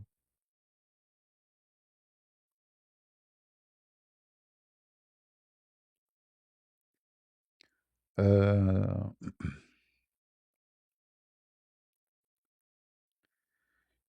Shinto monk in Japan because you can bring any Shinto monk from Japan, no problem. You can bring Suzuki. I will talk to him.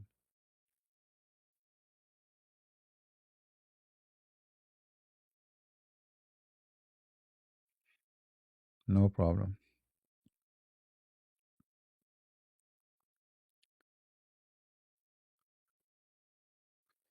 Not only that, if everything come easy, trust me, life will become boring, and you might even think about doing something harmful to yourself. You will notice that all those people who they are so rich, so wealthy, so famous, they end dead and they do harm stuff to themselves, taking drugs. Why? Because everything goes as they want, right? So life will become very boring, has no meaning. So much money, so much fame, everything. Wherever people they open door for them, they are famous. They go in the street, people want to take pictures with them. Girls, they see them in the street, yeah, crazy, so they become, they lost interest in everything. Too much sex, too much women, too much money, too much food, too much jewelries, too much of everything. Then the motive is gone, and that is the dead point.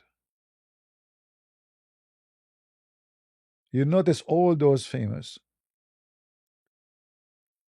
they end dead.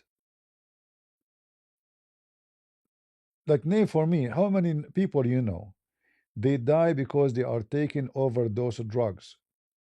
Why somebody like this guy, what his name, Elvis? Why somebody became so famous, so rich, etc., do that to himself? Michael Jackson, bankrupt, mental. So when everything go to your in your way,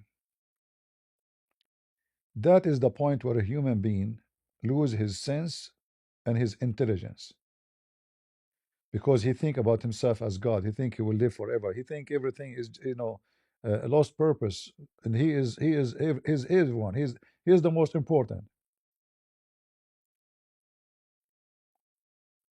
So it's good to be not everything going your way or the way you want it. Now, not always. I mean, if you have it always never go in your way, that means there's something wrong.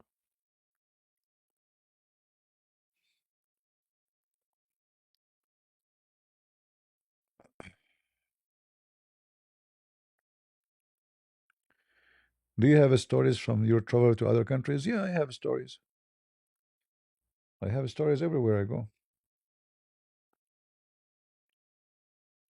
You know,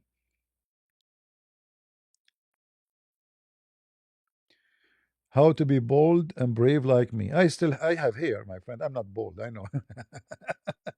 Now, to how to be brave. It's not, bravery should not be the purpose. Bravery is to be the purpose is to be truthful and to be let us say uh, like you have confidence on base, not on sand. Bravery with foolishness is not good. It's very bad actually, because that is not bravery. This is just stupid.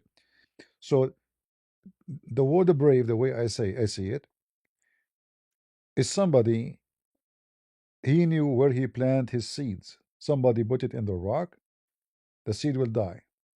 Somebody plant it in the sand and cover it and water it. It's going to grow. So you as a person, when you consider someone brave, Is that you call him brave? Is that because he has knowledge and he say it as it is, or because he shout and he use his hands? Bravery is a phrase we use, can be fit and can be wrong. A brave person is someone have faith and he is willing to die for his faith. In the same time, he knew his faith and he knew how to defend his faith. Then we can see that he is brave because he stand with something firm. He is not standing with something weak and he will collapse. His bravery will collapse.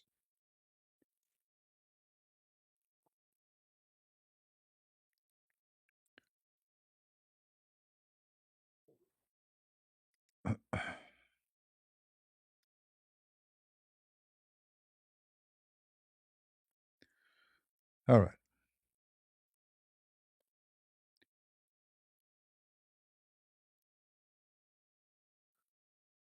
I dreamed of Jesus few nights ago descending from the sky wearing red sash and smiling. My son said it because I'm always listening to CB. No, my friend, I think because you love the Lord. Always, when you love somebody so much, you will think about this whatever you love. You know.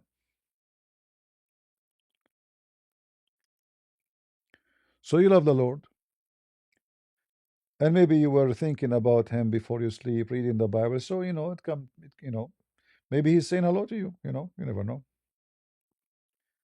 It might be a real vision, but always in our life we have a priority, and when the priority is a priority, then it's going to come first. So people, they think of you every day if they love you, if they care for you. People remember you once every 10 years because you're nobody. Like if somebody in love with someone, not necessarily like love of male and female, brother, sister, whatever. Who is the first one in the morning you speak to when you wake up? You text in your phone. If this person you text every day, maybe the first person, obviously this person is very special for you. If this person you text him once every 3 days, that means he is not really the priority. If it is every 3 months, maybe 3 years. So when you have someone is important, this important person will be the first one to come your mind. And this is how you know actually if somebody loves you or not. Not necessarily wife and husband, anything. Someone care for you. If they remember you for every second they have in their life, then they think about you. They obviously they have something special for you. If you need to beg them to text you, to call you, that means really they don't care for you. All right.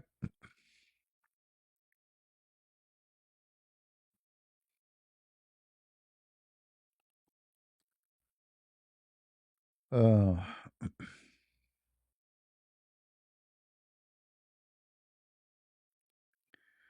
People don't speak about your private matter here. There is Abdul.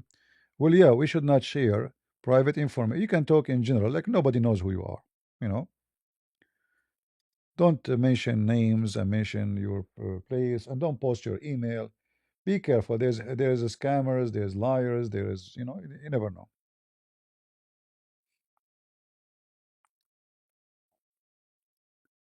Um,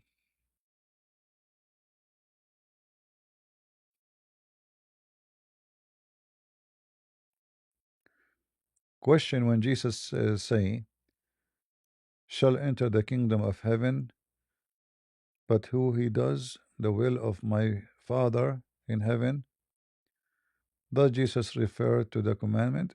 Refer to everything he said. Like, is it only the commandment?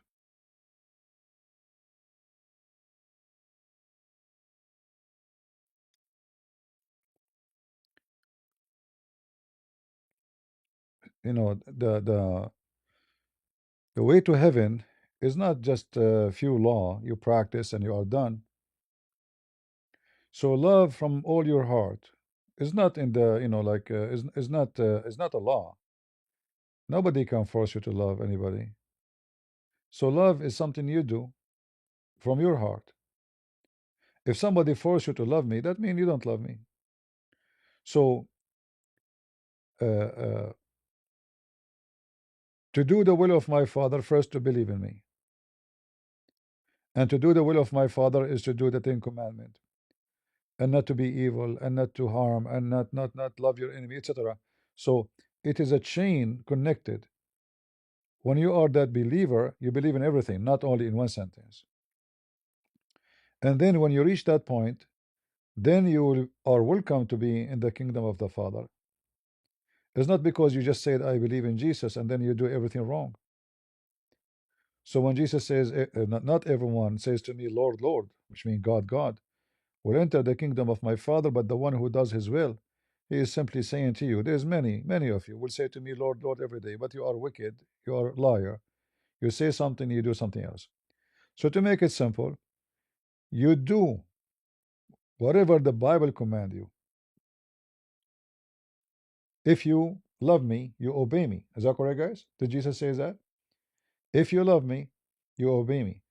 And to be with him, to love him. And to love him, to obey him. If you love him by your lips, but you disobey him by your hands, then obviously you don't love him. So it's not a choice of this is not a paint you paint in your bedroom. Oh, the God, he liked this color, I will paint my bedroom and then I will be in heaven. No, this is what the Muslims do. It's not shahada, you say the Muhammad prophet and Allah is God and you go to heaven. No. So you can say Jesus is God from now until the coming century. You are not going to go to heaven, and you will never be there unless you do what he command you. So if you are a cheater, you are married, you go cheat around. You are not Christians and you don't belong to him. For if you love me, you obey my command. Do he command you to cheat? Same for the women. If you steal, did he command you to steal? Did he command you to harm people? Did he command you to hate people? Did he command you to harm children? So when I say every day I go live, I say peace for those who love peace and no peace for the wicked. What does that mean? Go read the verses. The wicked is the one who disobey God. And when you are wicked, you will never have peace, which means you will never be in peace with God. And therefore you will be well, you are at war and you will lose. And you will not be invited. If you remember when Judah who betrayed Jesus, Jesus he gave him, if you read the verses, you will see how Jesus looked down at him. And obviously he don't belong to the table. He sent him out. He don't deserve to sit in the table of the Lord, even though he did not do anything yet. But the Lord, he knew. He knew that he is wicked. He knew he would cheat. He knew he would betray. He would betray. So to be invited to sit on the table of the Lord, you have to have honor. And to earn that honor, you have to be honorable. And to be honorable, you cannot be honorable and you are a scumbag, and you are a child molester, or you are a drug dealer, or you are a thief, or you are someone who hurt and harm all people, or harm your wife or beat her, or someone wicked who harm little children, be a child molester. To be honorable is to have honor, and the one who honor the Lord, he honor his command. So always ask yourself, do I honor the command of the Lord? If I do, I am honorable, and I will be sitting on his table because the Lord invited me.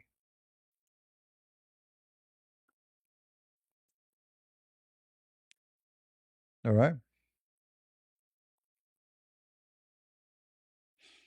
Do you yourself in your house, do you welcome somebody you know he's a thief to come to your house? You don't. Do you? Do you bring somebody as a drug dealer, a pimp, to sleep in your house?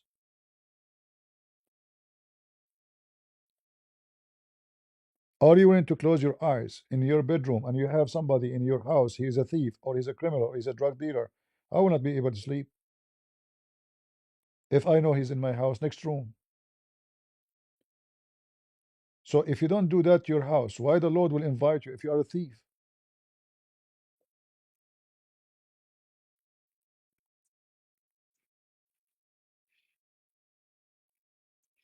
All right. Christianity is not a talk. Christianity is a way of living the talk. That's why Jesus said to the disciple, those rabbis, those the Jewish rabbi, listen to them, learn from them, do what they say, but don't do what they do. Do what they say. They make good speeches, but don't do what they do.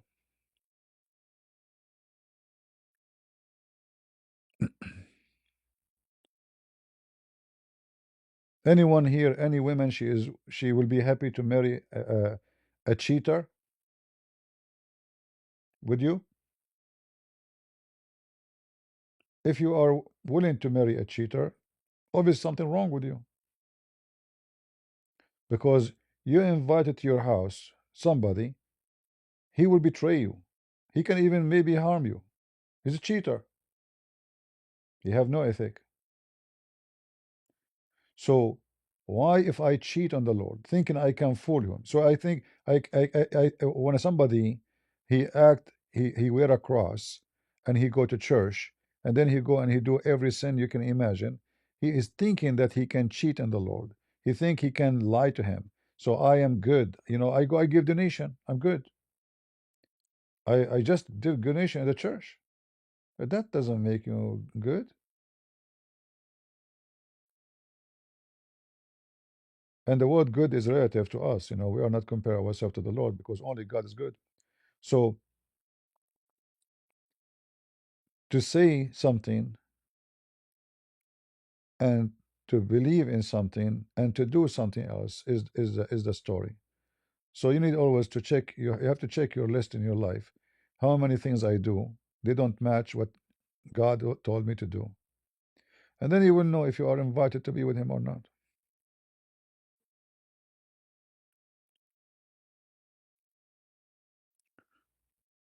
Like why I will be here, why you will be here. I'm single, I can go, there's nightclubs, there is a restaurant, there is, I mean, all kind of things you can do. But there's a choices. Which one is more valuable for you? How many years of my life I spend here talking behind the microphone? If I count them, you will be shocked. You will be shocked.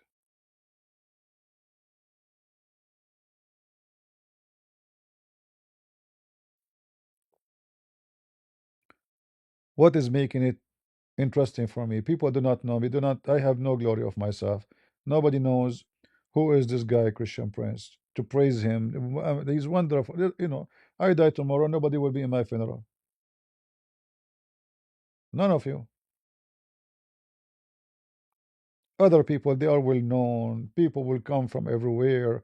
If you have a problem, they will join to support you. You became very known because you go on your face. People, they see you. People, they say your name. You are known. I'm simply the unknown. So what is the pleasant about what I do? The pleasant is that I am not known, only to my Lord. So the Lord, he says, when you pray, you go to your closet. When you give with your right hand, don't let the left hand know.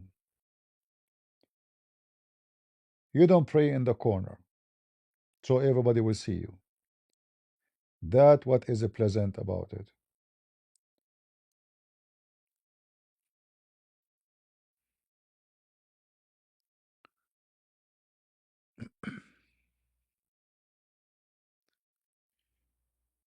What is good for our eternal future, that is what we do.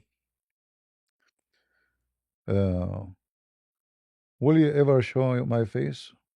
Well, I want to show, and this is what I'm talking about. If I want to show my face, then people will know me, and people will say, "This is, for me, I do everything. One day I will pass away, and you guys, you don't know me. Nobody know me. Nothing. There is no glory for the man." You see, when Jesus says, they said to him, "We made miracles in your name. We made wonder in your name." And Jesus said to them, "Depart away from me," because they were doing it for their own fame, doing it for their own glory, to be praised. A lot of people, they do that.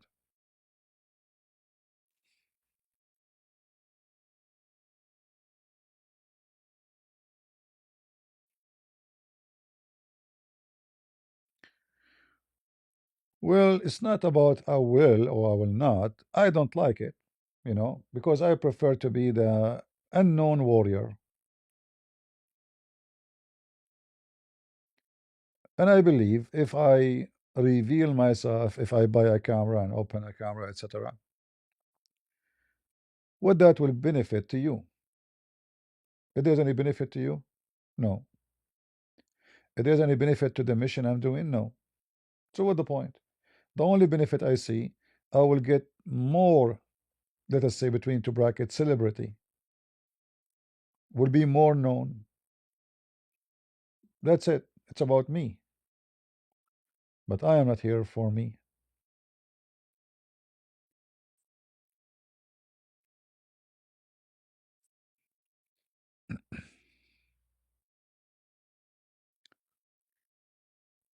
Everyone he have his own target in life, and everybody.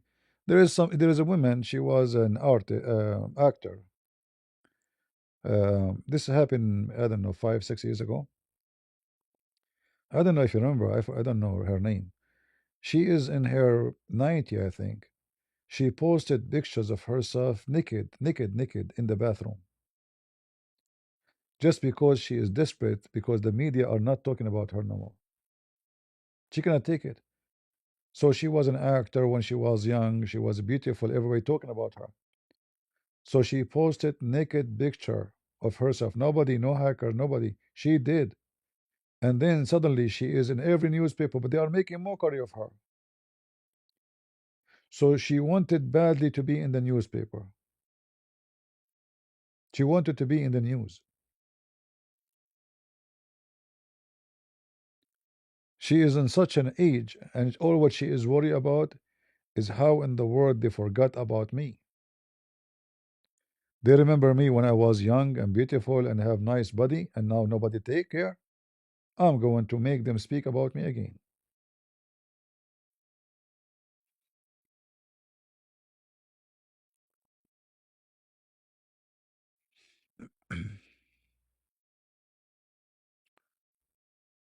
All right.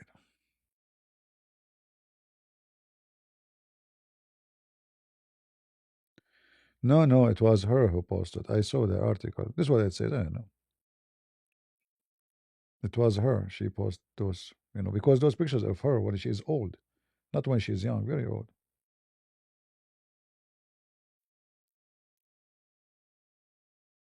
Like, this guy, Andrew Tate. I mean, all the money he have and all etc. And still he is seeking more fame. So he wanna go and make a match to fight somebody because he's so desperate. It's not enough for him all what he have done. He wanna be in the champion again, but he don't think that he is getting old now, and he is not the same. When you get older, it's not the same. So what if you look healthy, you look strong, but age will count. So he insists, I want to challenge you, I want to fight you, I want to beat you. He go there and then he came back as a potato. Why you did that yourself? Because he was seeking to be the champion. And then he come back out with humility.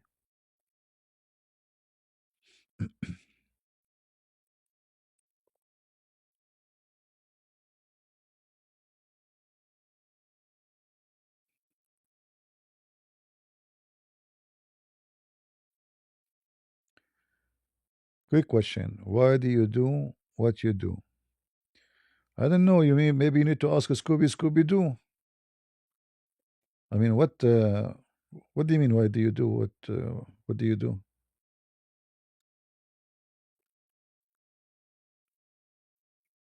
Is that a question for me or Scooby Doo?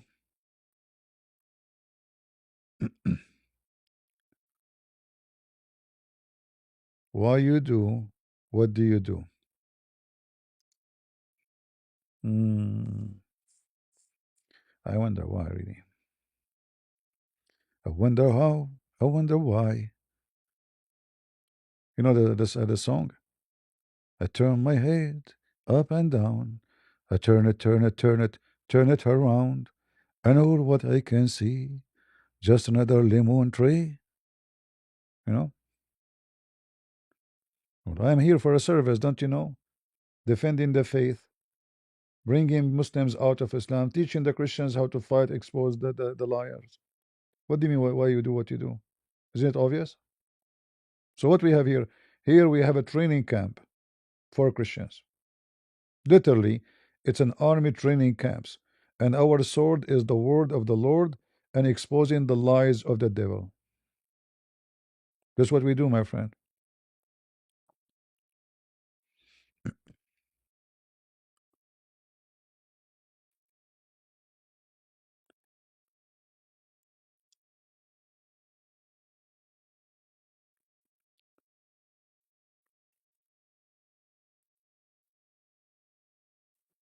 Like if you notice today and the last few days, I'm going in Arabic to help Arab Christians and arm them with the way to answer because most of them they don't know. They don't know how to talk to Muslims. They don't know how to answer. They have no idea.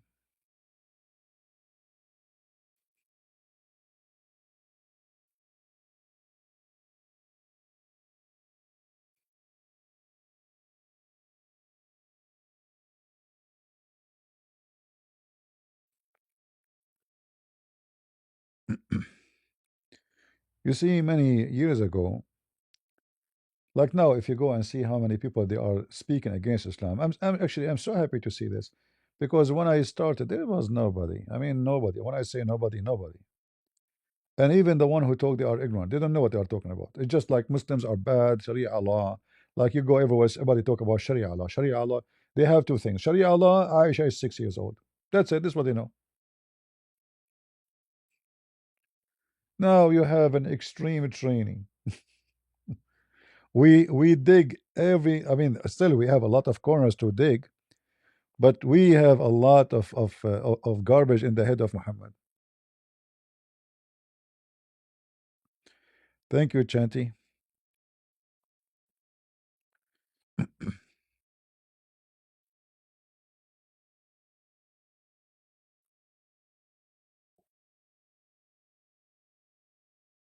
All right.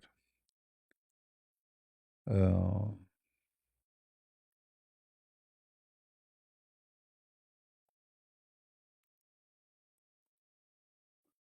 well, Hatun. I mean, this woman is a good woman for sure. But sometime she should not do some certain stuff. Like I don't support women to go and to be between Muslim men, exposed physically, because those people are wicked and they will harm you. They will, because she is short, she is a woman, she is and I mean, she can do it online. So for me, because I care for her, she should not go physically in the street. She should not. For me, for for the best, I don't go because I'm very, like you see, I'm very, let us say, I always control myself. I do my best to have my wisdom first, not my hand.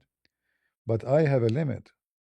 Since I was a kid, if somebody tried to touch me, I don't hold much. I don't have patience for that. And those speaker corners, if you see how they do, I will be in jail from the first day, not the first year. So I don't, and I will not go into in-person confrontation because if somebody touch me, it's going to end in a very wrong place. I will not allow anyone to try to intimidate me. I'm not that kind, you know. I know myself. Like I changed a lot since I was like, a kid. When I was a kid, I go and join a fight, even if the fight is not mine. Once I saw two guys fighting one guy. I joined the guy who's alone. I don't know him. I do not know the first guy. I don't know the other two guys. I saw a guy. He's short. He's alone. So I joined the fight with him, and I was boxing the other two. The guy after that he says to me, "Do I know you?" I said, "No." He said, "So why you help me?" I said, "Not your business." None of your business. Let me walk you to the end of the street, so they will not follow you. I don't know him. I have no idea who's he. I just saw a guy is short. It's not fair fight. I joined the fight. That's it. Today I'm not the same person. I avoid any kind of this kind. But if it's going to come to me face to face, somebody wanna like target me, it's going to be different story.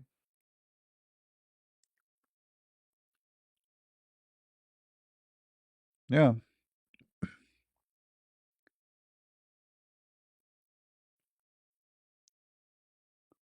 Like who are you? Thank you. Why you help me? I know you? No, I said no. You don't know me. He said, "Can you know your name?" I said, "No, not your business. Go, go, go."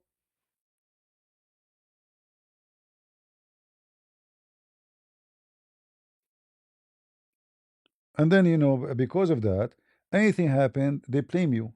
Like anything happened, it's always my fault. Anything happened, even if it's not my fault. Like if you go to my parents right away, it's his fault for sure. He's troublemaker. You know.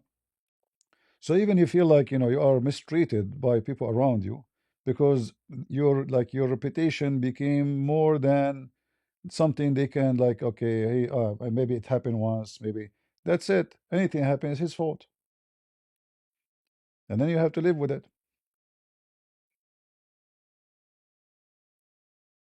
I used to, get fired from the school almost. I mean, I don't remember how many days I was in the school. Sometimes I'm fired for something I did not do. Honestly, actually, those are the one who bother me most. They accuse me of things in the school. I have no idea who did it. They claim it's me because right away, when something happened, the principal he called for me. It's you who did it. Like once the chemistry teacher, somebody he throw ink at his coat like he's wearing white coat. So when he turned his back, somebody is throwing like those old pens, ink, ink pen. So he throw ink in his coat. The guy when he went home, he found the ink all over his back. He did not see it when he was in the class. Right away, I came to the school. I have my name in the paper. Fired for 3 days. He cannot come back until he bring his parents. I went to the principal. He said, "How you know it's me?" He said, "Who's going to do it?" I said, "I wasn't there. I wasn't in the school. You fired me just last week. I just came back from the last 3 days. I wasn't in school. Didn't you fire me?" He said to me, "Is it hard for someone like you to come to the school and do that without anyone see you?" I said, "Oh, this is student. Nobody see me." He said, "Who dare to say who saw you?" I said, "What about the teacher? Did he see me?" He said, "He don't remember." So they fire me, even though I was fired. I was home for 3 days. So I came. I said to him, "You know what? A week vacation better than 3 days." So I go back home. Oh boy. Anyway, yeah, what we will say and what we will do.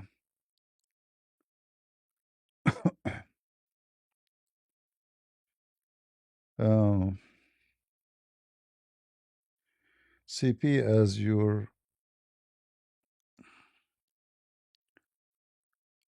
not to reveal your face, but your up, upbringing as a child, were your parents good to you?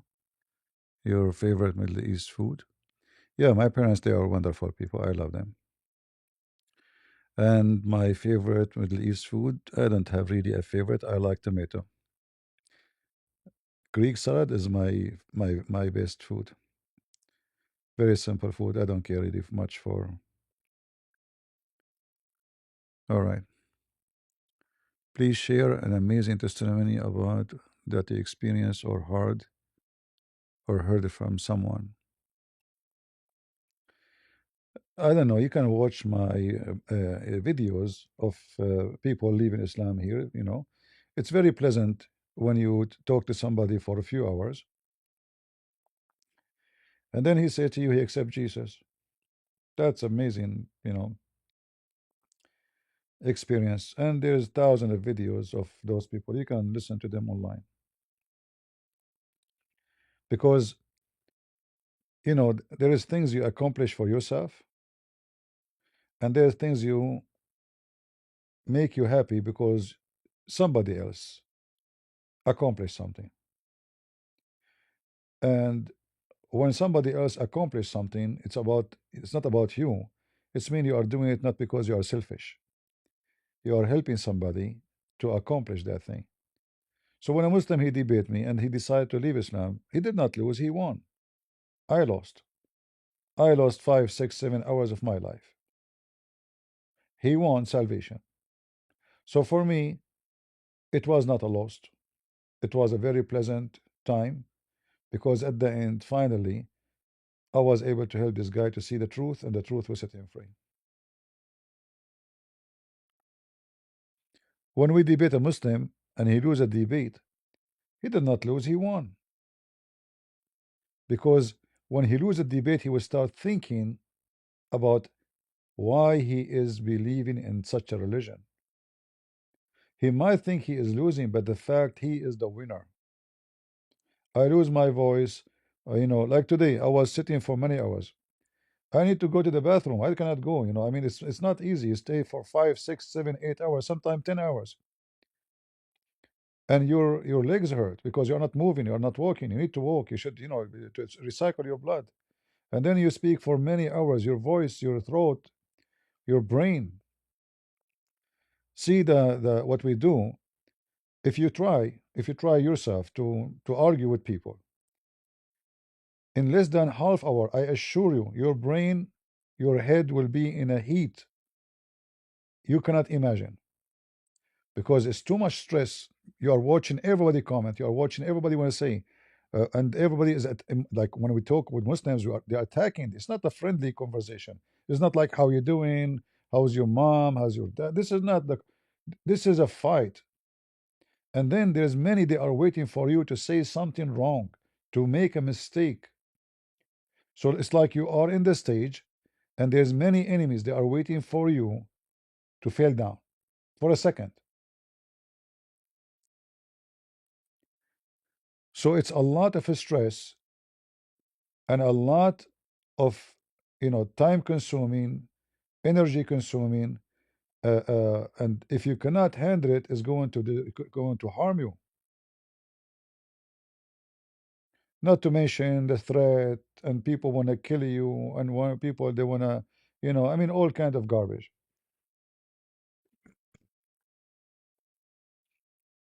This is not like open boxing channel. Let me show you this machine. It's nobody hate you. Here you have a lot of hate. You have a lot of enmity. You have a lot of even terrorism. This is a very filthy garbage cult. This is not a joke.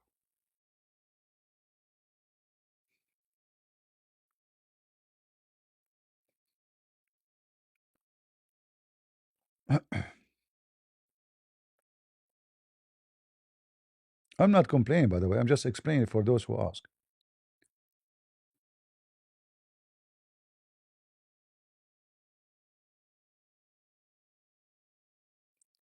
All right.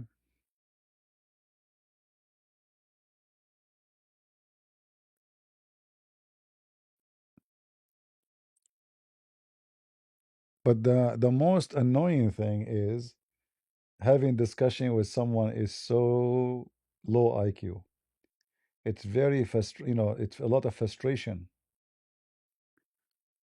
Uh, like if I speak to someone, he is from the camp of the enemies. but he's smart. It is way better than speaking to someone from the camp of the enemy, but he is so stupid, because that will be really devastating. Thank you, my friend from Ethiopia. By the way, you do not need to donate to me. I appreciate you. Thank you, but it's not the donation. Just to let you know, all right? Like you are from Ethiopia, we're our friend here from Ethiopia. What I know in Ethiopia, people are not rich. So, my brother, you do not need to donate to me, all right? I love you and I thank you, but you should not donate to me, all right? You should not, unless you are not living in Ethiopia. I'm not sure.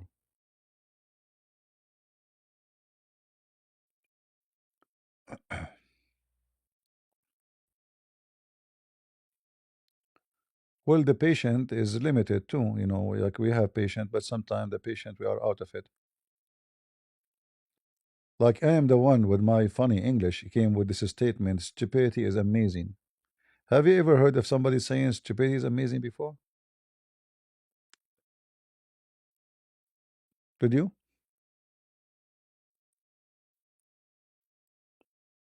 Anyone ever heard this before me? Stupidity is amazing. And I believe now many people they start seeing it, like saying what I say. Mr. CP, I ask your opinion about wicked Christian who set a trap to another Christian to ruin their life because they are thinking it is competition. Well, I don't know, what to say, but maybe you are wrong. Maybe this person is not doing that to you. Like, are you sure this person is doing that to you? How you know? How you are sure? However, the Lord, He says, from their fruits you shall know them. So if somebody uh, doing that, he is no Christian, obviously.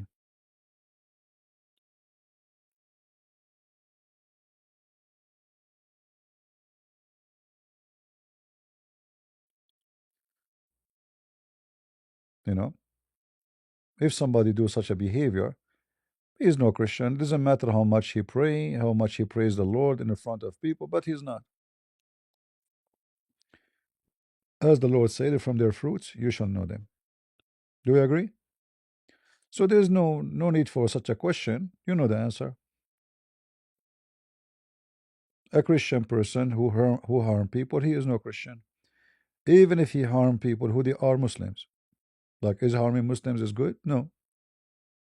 So how harming the Christian will be good anyway?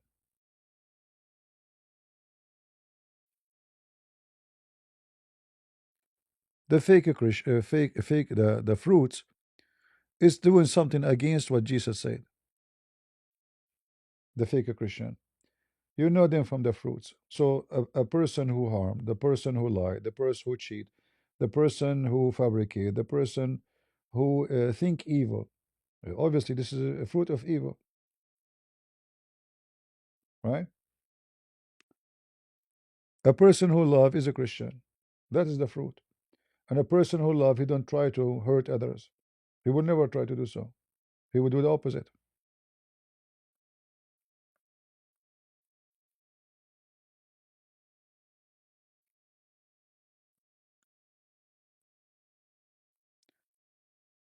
If you have a tree, you plant a fruit tree in your yard, and then let us say it's a lemon tree, but this tree you never have one fruit from it, and there's no leaf in it, but there is thorn. So what we know about this tree, is it a tree or it is a thorn, sorry. It's just a piece of wood full of thorn. There's no benefit of it. This tree give nothing. And this is how the Christian who harm. He is a person who have thorn, but he have no fruit. Like if you have a fruit and you have thorn, okay, maybe he's struggling, like he's trying to be good, but he have bad. So we can handle this tree.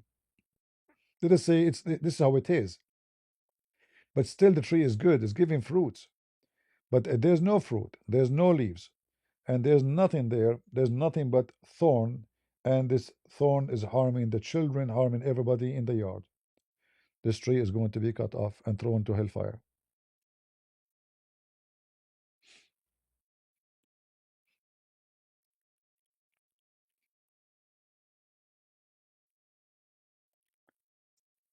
All right.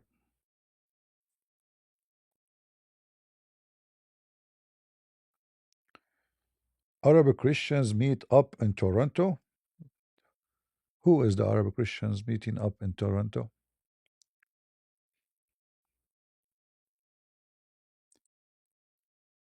Uh, all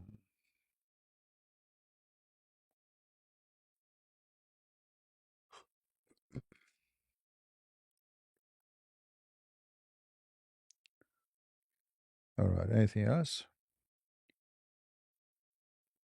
Hey, my friend from India, how are you? Welcome.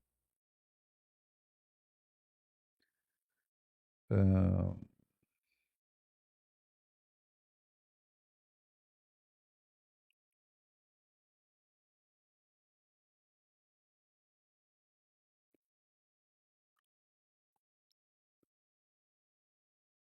all right. Any other question?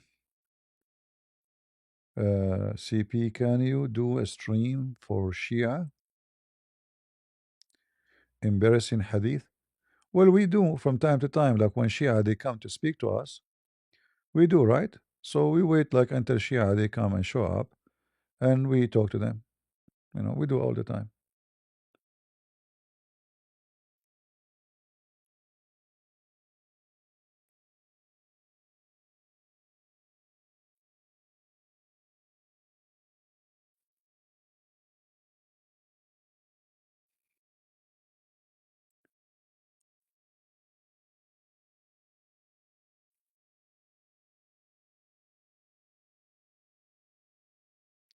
Yeah, Christian is not someone even defend Christianity, but yet he harm people because there's many.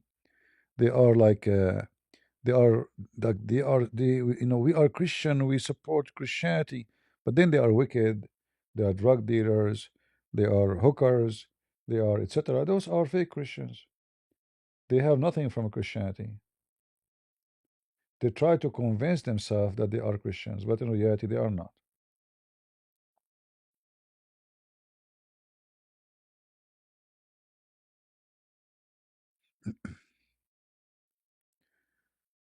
uh, Thank you, Monica. God bless you. Can we at least know your height? My friend, what my height will do to you?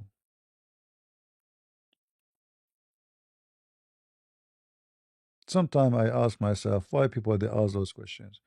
If I tell you my height, what that would do to you? I'm going to work in the fire department so I can jump to your window if you have fire. Why is important for you? Welcome, Robert from London. God bless you, brother.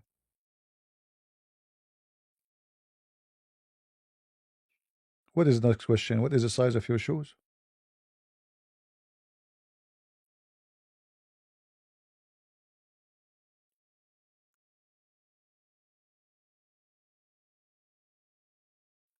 Have you ever been to Albania? No, I never been there.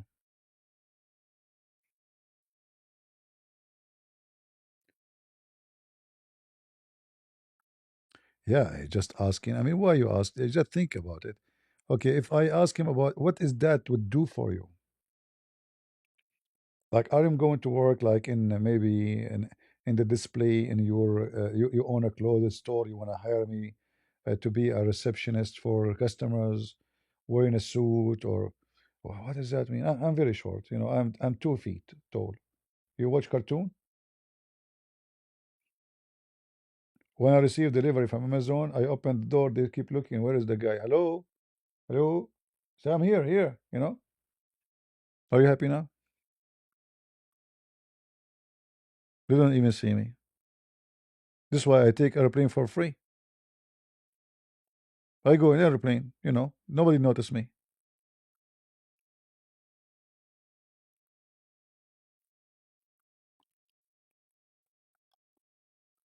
It's curiosity. Yeah, this is what it is. It's obvious.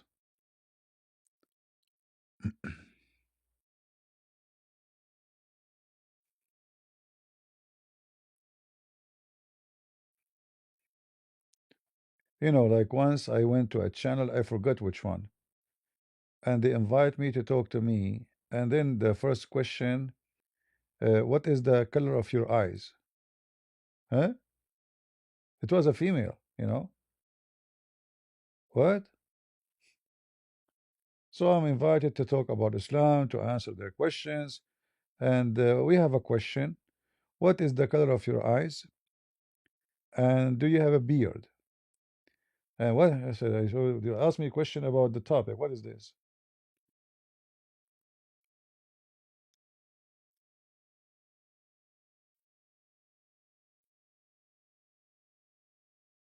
I don't know even what the color of my eyes. They are mixed.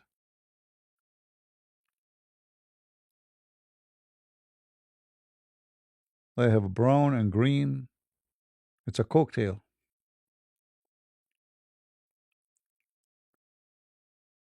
All right.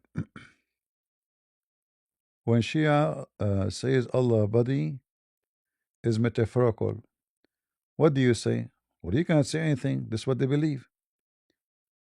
But this is against what the Quran teach. But those people, they believe in the outside and the inner. So there is outside of the meaning and there's the inner of the meaning.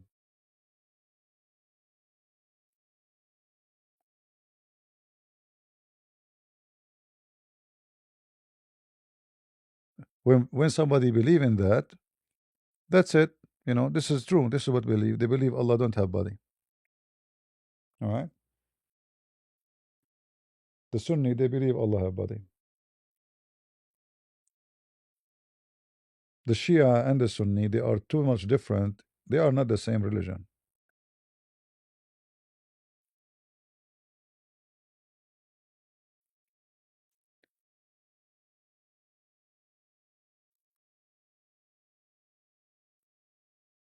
Yeah, the Quran say clearly Allah have hands, but the Shia, they say we don't. This is not what the Quran meant. They say it's metaphorical hand. It's not really physically. All right. The Sunni, they say no, it is physically. Do you also CP? You also debate with the Christians like they believe something heretical? I do if it's necessity. If somebody came to the stage and say something not right, but this is not what I do. I'm here. I debate Muslims. You know. Thank you, Monica. I hope you don't have. I mean, those stickers in the chat, super chat, are kind of funny.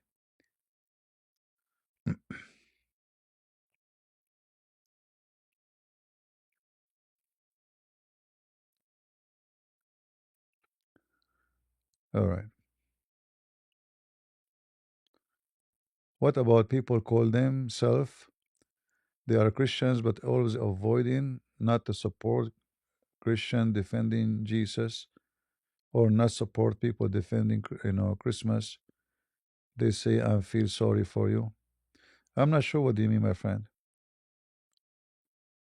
If you can make it more clear. So what do you mean they say I'm sorry for you? What do you mean by that part?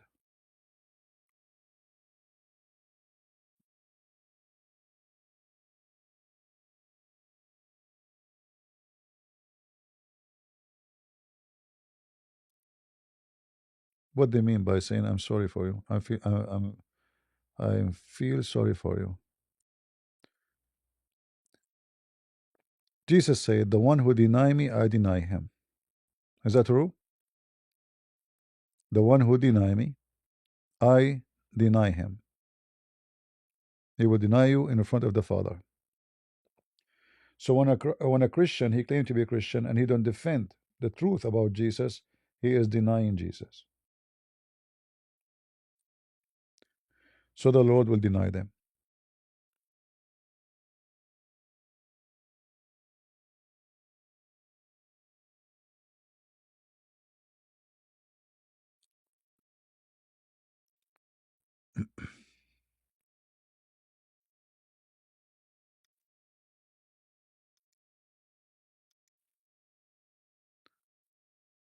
All right. Have you talked about slavery being legalized in Afghanistan? No, because I saw somebody already making video about it. But anyway, it's legal all the time in Islam. You see, the Muslims, they did not sign the agreement against slavery because it's part of Islam. So why they will not legalize it?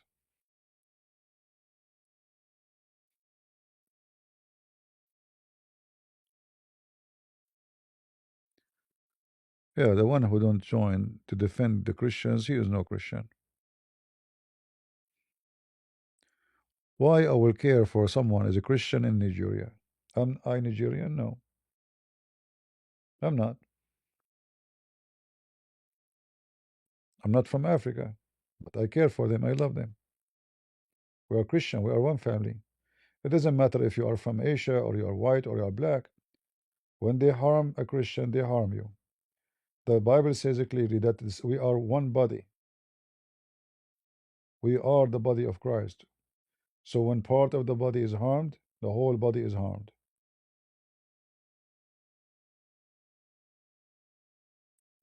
So the one who don't feel harmed because a Christian is harmed, that means he is not part of the body, and he is no Christian. Correct? Like imagine you have a family and something bad happened to you, but they are the last one. An accident happened to you, but they are the last one to come to check on you. Obviously, you are not family. You are not. They don't care for you.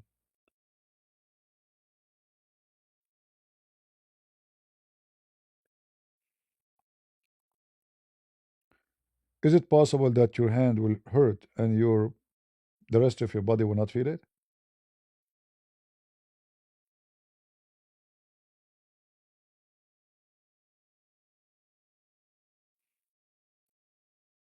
Impossible.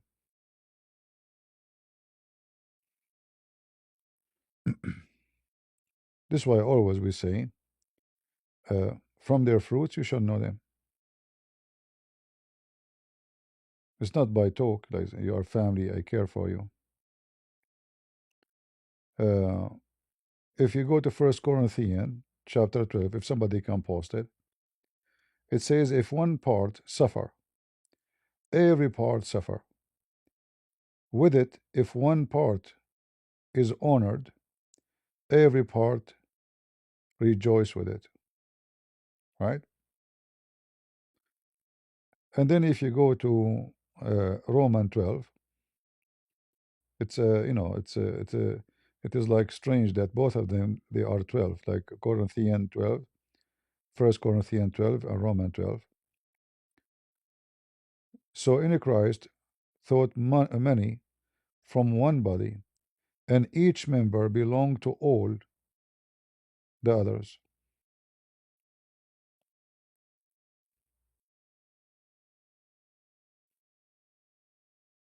Right?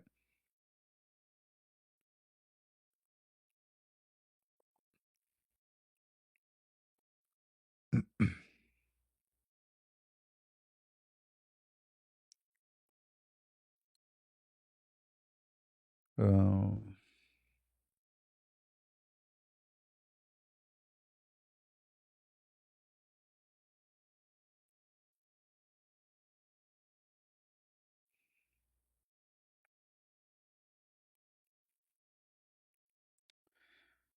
all right. Any question?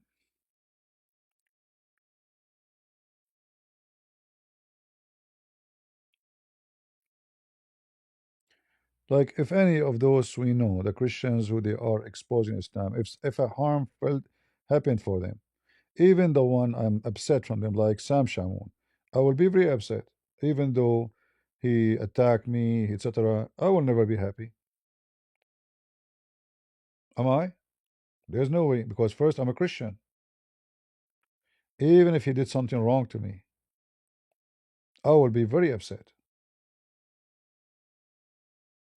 So we as a Christians, if we are truly Christians, we feel for others, even the one who hate you, even the one who try to harm you, because by nature you are a Christian. Love your enemy, even though you are not an enemy. But for them, maybe they think of you as an enemy.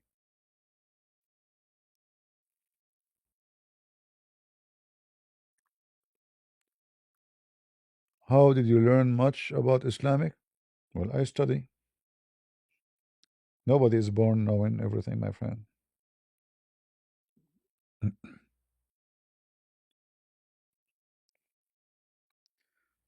What the Bible says, don't repay anyone evil for evil.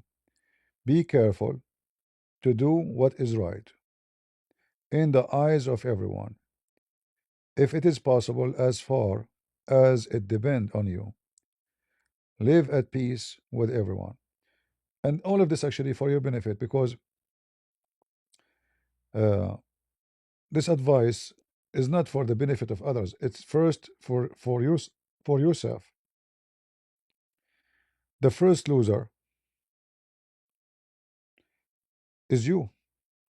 When you are hateful and evil and ugly, you will lose peace. You will have nothing but enmity. But when you are not evil, even if people hate you, at least within you, you are living in peace because you mean no harm and you are not evil and you know you did nothing wrong. So you have the comfort inside you. People, they can think about you as much they want. But reality is that you know that you are not evil and you do no harm and you mean no harm.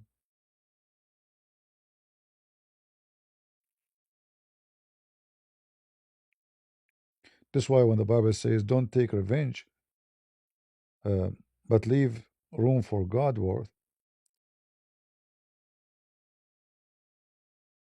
as it's written, you know, it is mine to avenge, I will repay, the Lord said, right? So sometimes life is not justice and people they do unjust to you. But don't be evil. God will make them pay. The evil ones will pay for their evil. Don't worry about it. They will.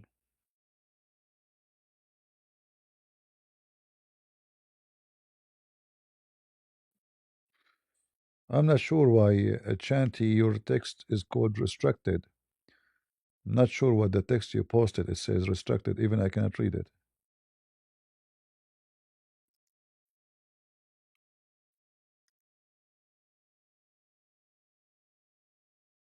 Look like YouTube is censoring your text.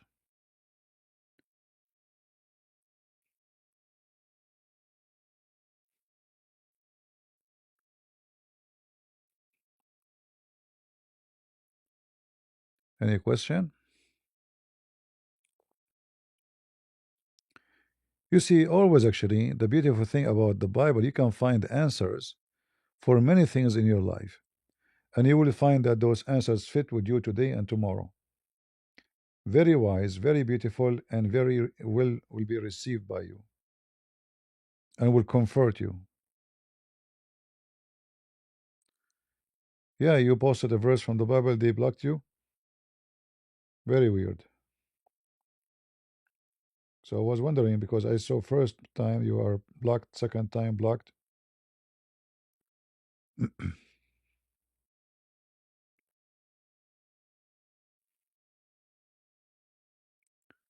Well, you cannot study the Quran correctly without, like falling into the trap of false translation because you do not know the language.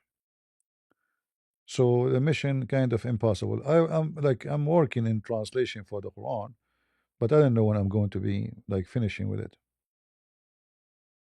We will see.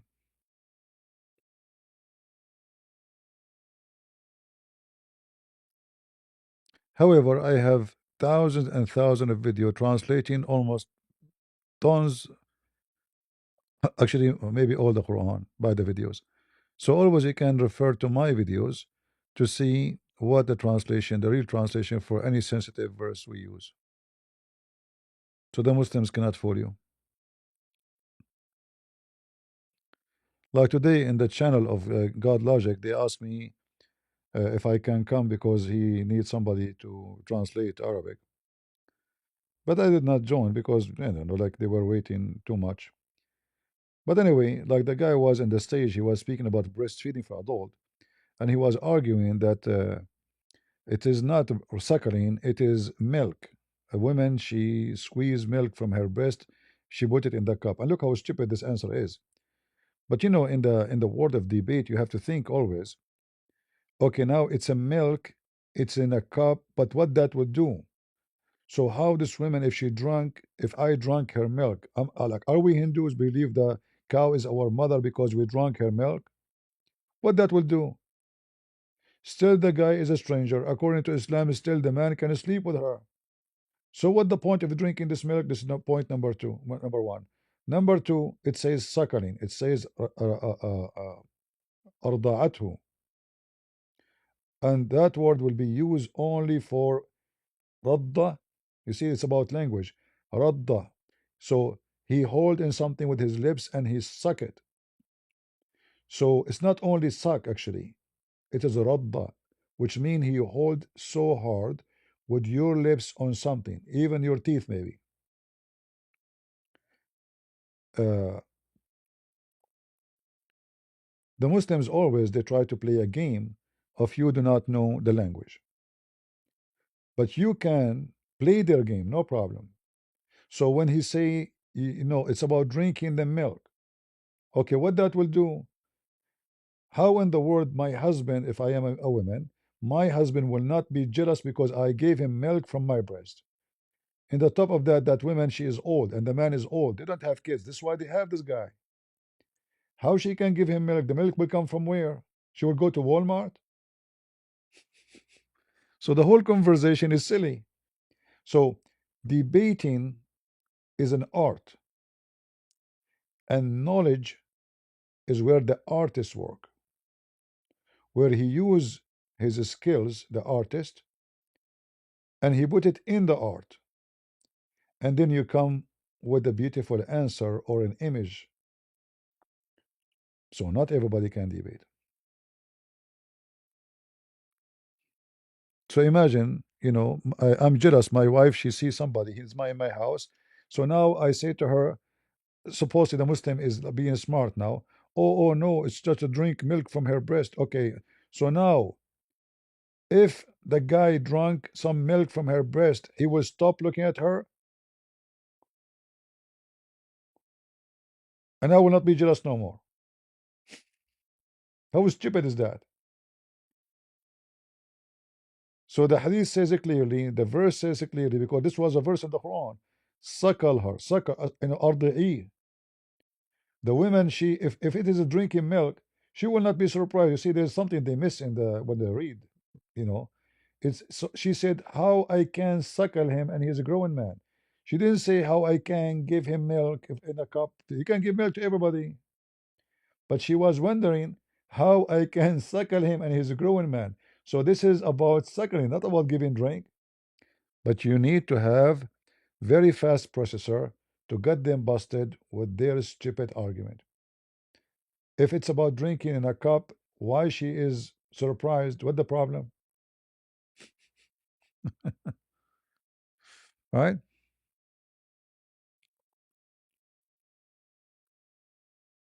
Why she is wondering how that can be? What the what the what the connection between a growing man or young man or a kid if it's about drinking milk in the cup? What was embarrassing for her, which is she could not believe, is to suckle.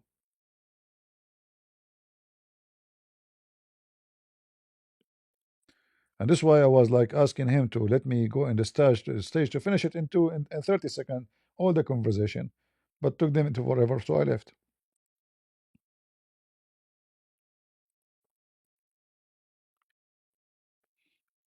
This is why the Muslim they avoid talking to me because they knew I'm going to corner them wherever they go.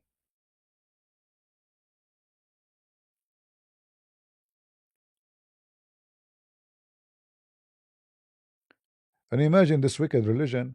You check in their like website. It says clearly that drinking the milk of a woman or suckling, sorry, the milk of a woman will not forbidden her from sleeping with you. So what the point?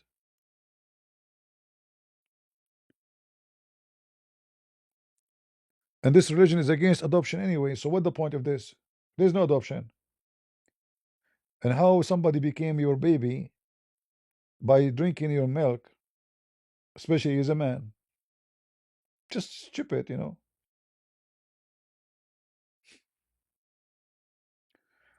What about if a Muslim man he wanna go to the beach and his wife she wanna wear a bikini? Then she give her breast to everybody in the beach. Then she can take she can go naked because now they are her sons. The husband will not be worrying. The Ethiopian Bible is 88 books. I did not read anything about the Ethiopian Bible, but I know that they have their own traditional books, not necessarily the scriptures.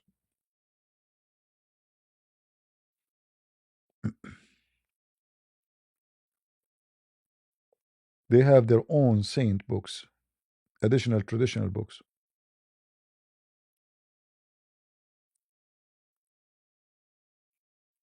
And I do not know much about it.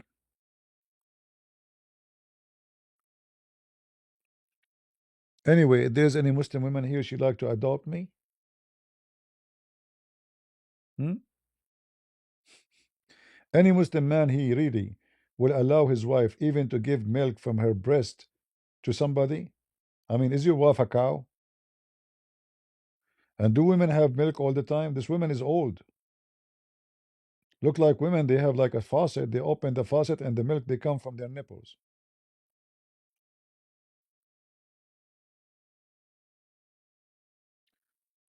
Will you do everything to cover the embarrassment?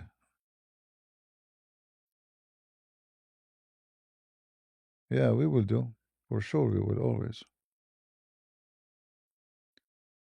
Uh, I don't know. When I talk about Islam, I feel like an evil spirit around.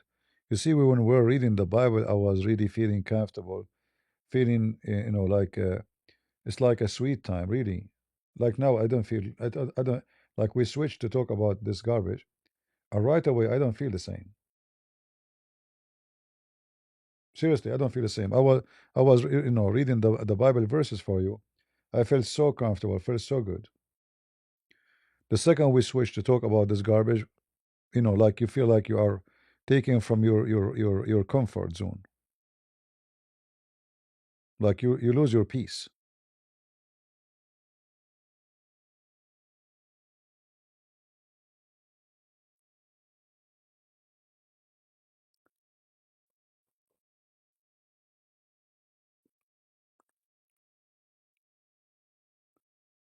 All right.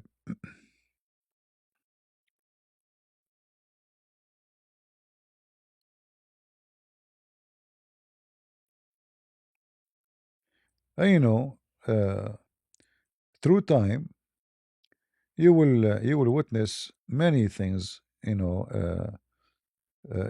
like many kind of answer. Let's say when you talk to somebody, every one of them he will give you his own answer for anything, and the answer is mostly every Muslim give you his own.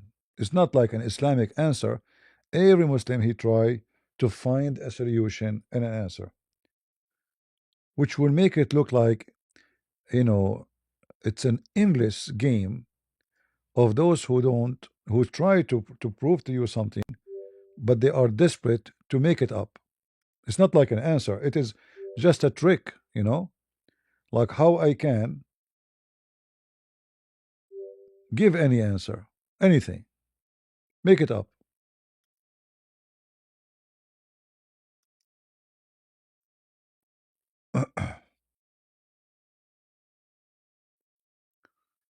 Right?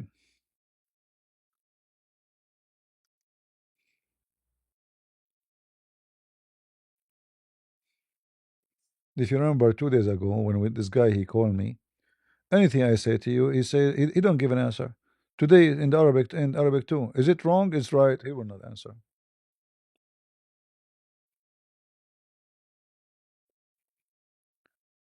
Uh, the one is asking about the verses about Gaza. Well, this is a very wicked place. However, those who they are in Gaza, they are not the Palestinians. There's no Palestinian there no more. But still, it's a wicked place because the one who replaced them are no better. There's no Palestinian there.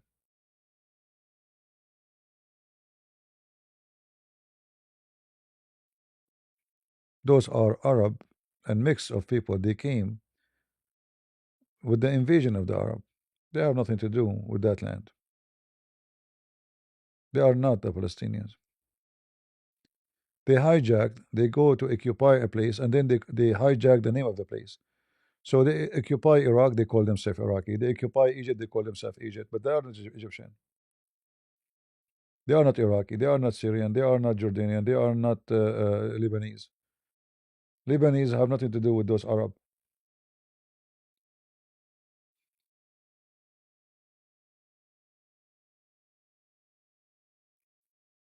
So now they hijack the location and they call themselves Palestinian, but they are not.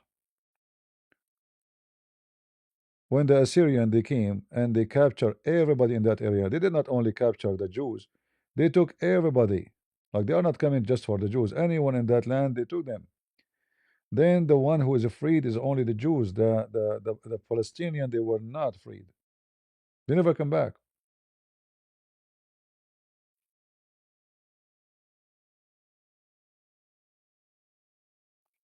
Maybe next time, my friend, about Muhammad. Today we are trying to relax, as you see, not to talk much about Muhammad and his fort.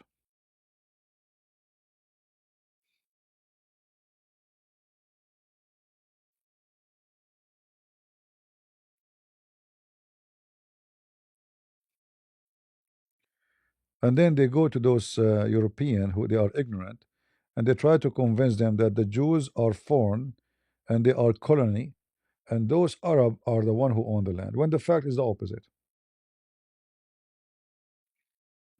When I was a kid in the school, the teacher was saying, "Inshallah, inshallah, we will take back, Jerusalem and the temple." I said, "Sir, who is the one who built the temple? According to Islam, it's David and Solomon." He said to me, "Prophet David and Solomon." I said, "Are they Jews?" He said, "Yes." So how we will take it back? This is built by the Jews. He said, "Sit down, sit down, sit down." You again. So it's built by the Jews, and we will take it back. I mean, this is stupidity. How it's built by them? If it's built by them, this is their place, not yours. So I build the house, and then you claim you want to take back my house, which I build, not you. They are wicked, and always they celebrate. I mean, even when they lose. So, like today, the history teacher today, it happened to be the day we lost Jerusalem. So today we celebrate. Hmm? I said, "Sir, why we are celebrating?" He said, "You stupid. We celebrate losing Jerusalem." Hmm? Am I hearing correctly? The guy he just said we celebrate. Those Muslims are mental. They are celebrating losing. So I went back home. I said, "Mom, do you have baklava?" I said, I don't know. I said no or yes. She said, why? I said, because I'm celebrating the Muslim losing Jerusalem. We gained Jerusalem today. Stupid people. And now, if you check the war, you will see the Muslims saying we won the war in Gaza. They beg everybody, they kiss the butt of everybody to stop the war. When the Israeli army, they claim now they won the war. If you go and check every TV station owned by Abdul, all of them, they claim that they won the war and Israel is defeated. Abdul. Abdul is Abdul.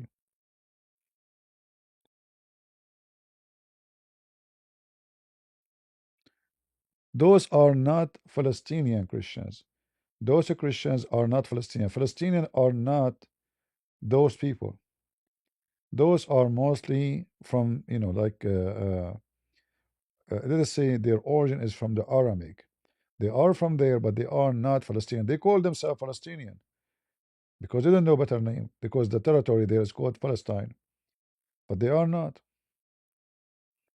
The Palestinian, obviously, our nation have nothing to do with that area. They are foreigners. They are strangers. This is what the Palestinian mean.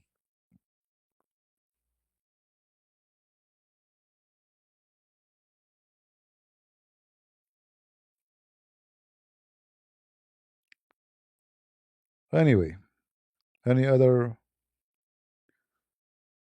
question?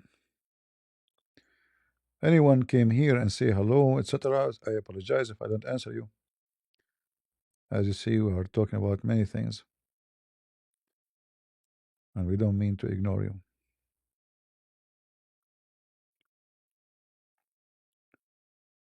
And I'm not going to say any Abdul. Once I went to the bank and and like I need to go. I cannot wait for long. And like I wanted to say, anyone can I talk to? And guess what? I said, any Abdul? Like it's stuck in your tongue. I mixed between the bank and Abdul. Any Abdul?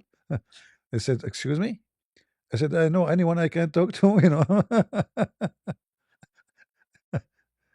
uh, yeah, any Abdul? How many Abdul we have? All right.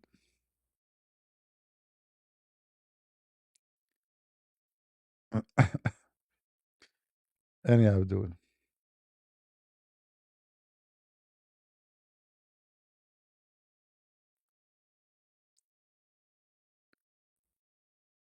Australia like Ethiopia now?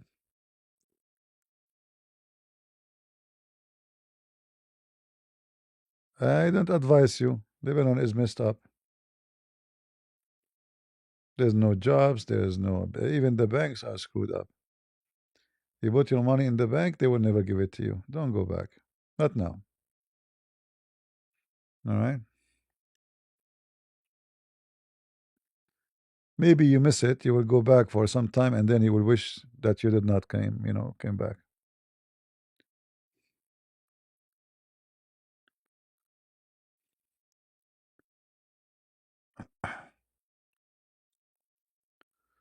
All right.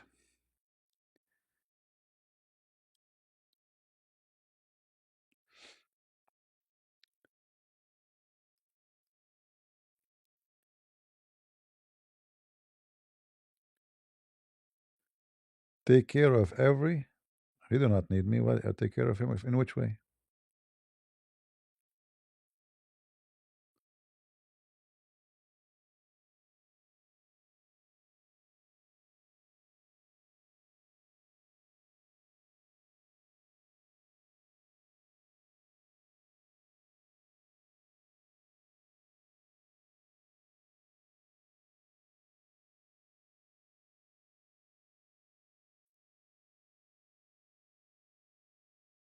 All right. Any question?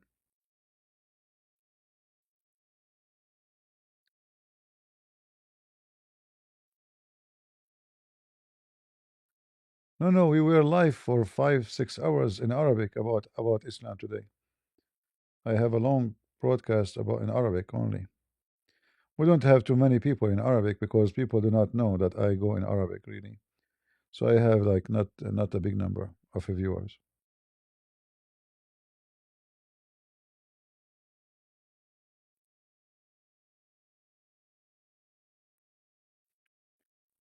My friend, I told you I do not know much about the Ethiopian Bible. I did not study this topic.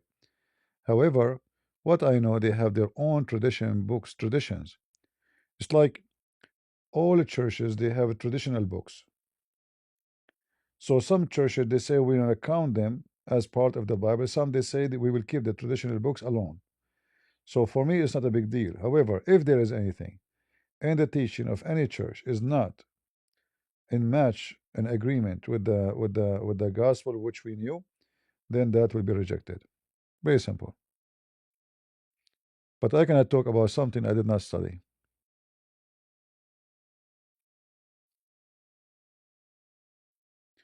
And those books, some of the books they have, some of them, they are not approved by the rest of the churches because there is no solid, like, let us say, base for them.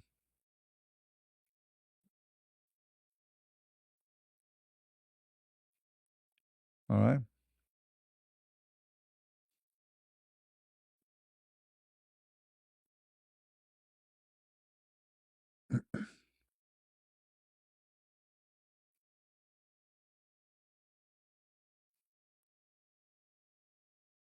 For me, I don't care much for traditional the books of traditions because what is considered scriptures is the scriptures.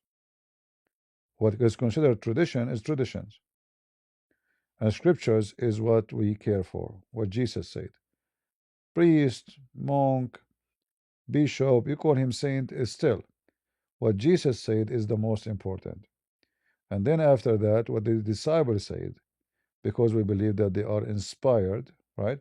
And then after that, uh, uh, the let us say the early churches, the early Christians, for sure they are important because we learn from them what happened to them in their life and what they and how things go through their life with them as a Christians. As first, let us say, people they are joining the church. However, there's many things you might disagree with the early somebody from the early Christian churches, like pictures. I don't agree with them because it's not based in the Bible. So some they take what somebody just because they call them church father. So we take whatever they say. I will not. I will take only what fit with the command and the teaching of the gospel. So if the gospel never say make images, I will not make images. The Bible says clearly, make no image for what is up in heaven or down on earth. That is a command from the Lord, not from saint. So I consider the scriptures is the sealing, and whatever come after, if it doesn't match with the sealing, I will not take it. All right.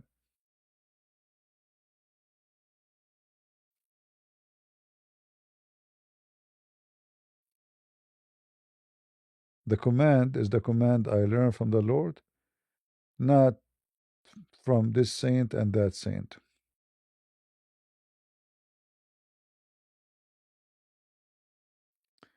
Didn't the tradition come before?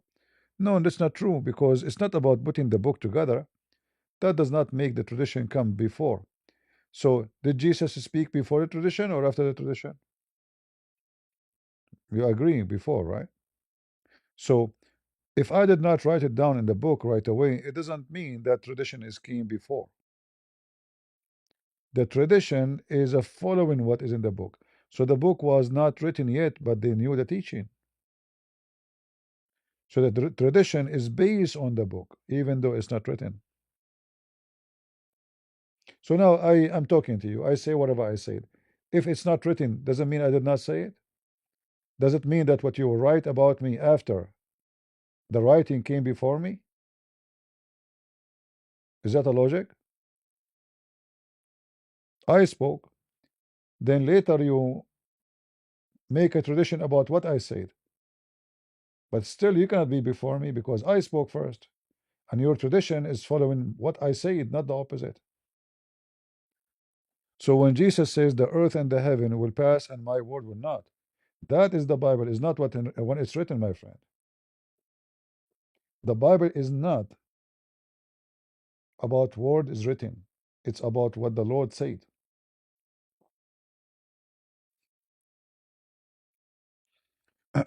So when the first time you heard the story of God speaking to Adam, huh? Does that mean Adam and God, like what happened never happened?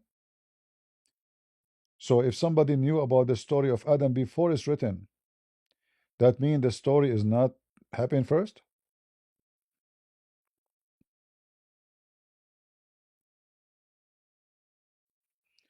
So for me, I say the real tradition is the gospel, for this is what Jesus established. It's not the not it's not the disciple, it's not even the saint, it's not, Jesus, whatever he said. He said to them, you have one master, the one who come with the tradition. It's not the tradition of the master, is not a tradition. Did Jesus says make images of me? No. Did he say make images of my of Mary? No. The blessed Mary? No. So this tradition have nothing to do with Jesus.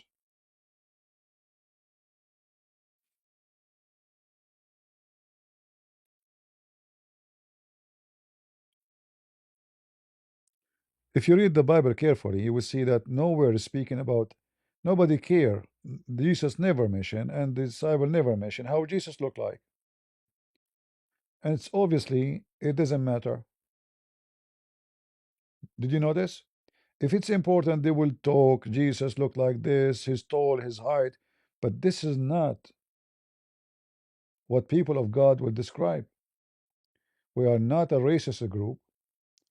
We are not people who obsessed with look, and we don't care for the look. We are not worshiping a flesh. We are not worshiping an image. We are worshiping God. So when Jesus says, before Abraham I am, he was before Abraham. I was with you before the word was the Father. So the image is not important. The value in Christianity, not like Muslims, they talk about Muhammad, how white he is. You will not find one single line in the Bible. Isn't it amazing? Not one single line is speaking about his face, how he looked like, his hair, nowhere. You cannot find it. So, there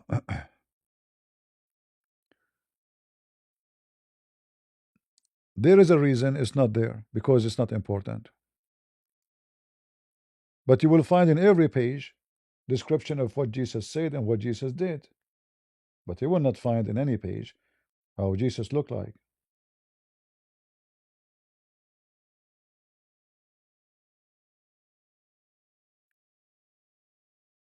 And then you will see somebody will say to you, you worship the white Jesus, where it says Jesus is white or black or nowhere. He said to you, do you see the pictures? No, this is not true. If you go to Africa, Jesus look black in the icons. If you go to Philippines, a Filipino. If you go to Orthodox Church, many of them, like Coptic Church, they have Jesus African with dark skin. But doesn't mean he is dark skin. I mean, this is just an imaginary images, and none of them is Jesus, and none of them is Mary. That's why I reject them, because who is this guy you are putting his picture there? Do you even if you have his picture, no problem. Okay, no, print it. Do we? We don't.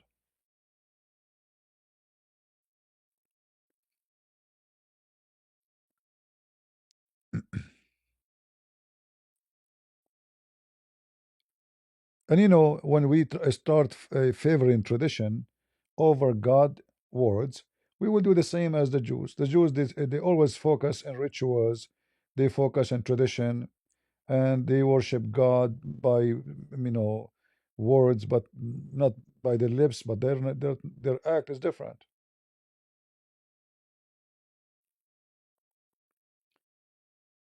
Is it a tradition of Jesus to build a church cost millions of dollars and there's people poor are poor? To make a church covered by gold? Is that what Jesus did? Did he build any one of that? They will say to you, yeah, the temple, but there's only one temple, not many. God did not command them to build temple in every town like that temple. That temple have a purpose, have a symbolic reason. So when people they start focusing in the outside but not in the quality, then we are losing faith. We are not really being a Christian. Jesus is his teaching is not a building. It's not how high it is. It's not how many icons. It's not how much marble. Christianity was so powerful when they were poor and they don't have a single church, not a single church as a building. It was very powerful when they have church as people, not a church as building. And nobody have a job, which means nobody is getting paid for being a bishop. It's not a job. It was a mission. It was a missionary job. So they go for a mission. They go risking their life. Nobody paid them. No private interest. It was just a sacrifice for the sake of the Lord. And that's what was making Christianity very powerful.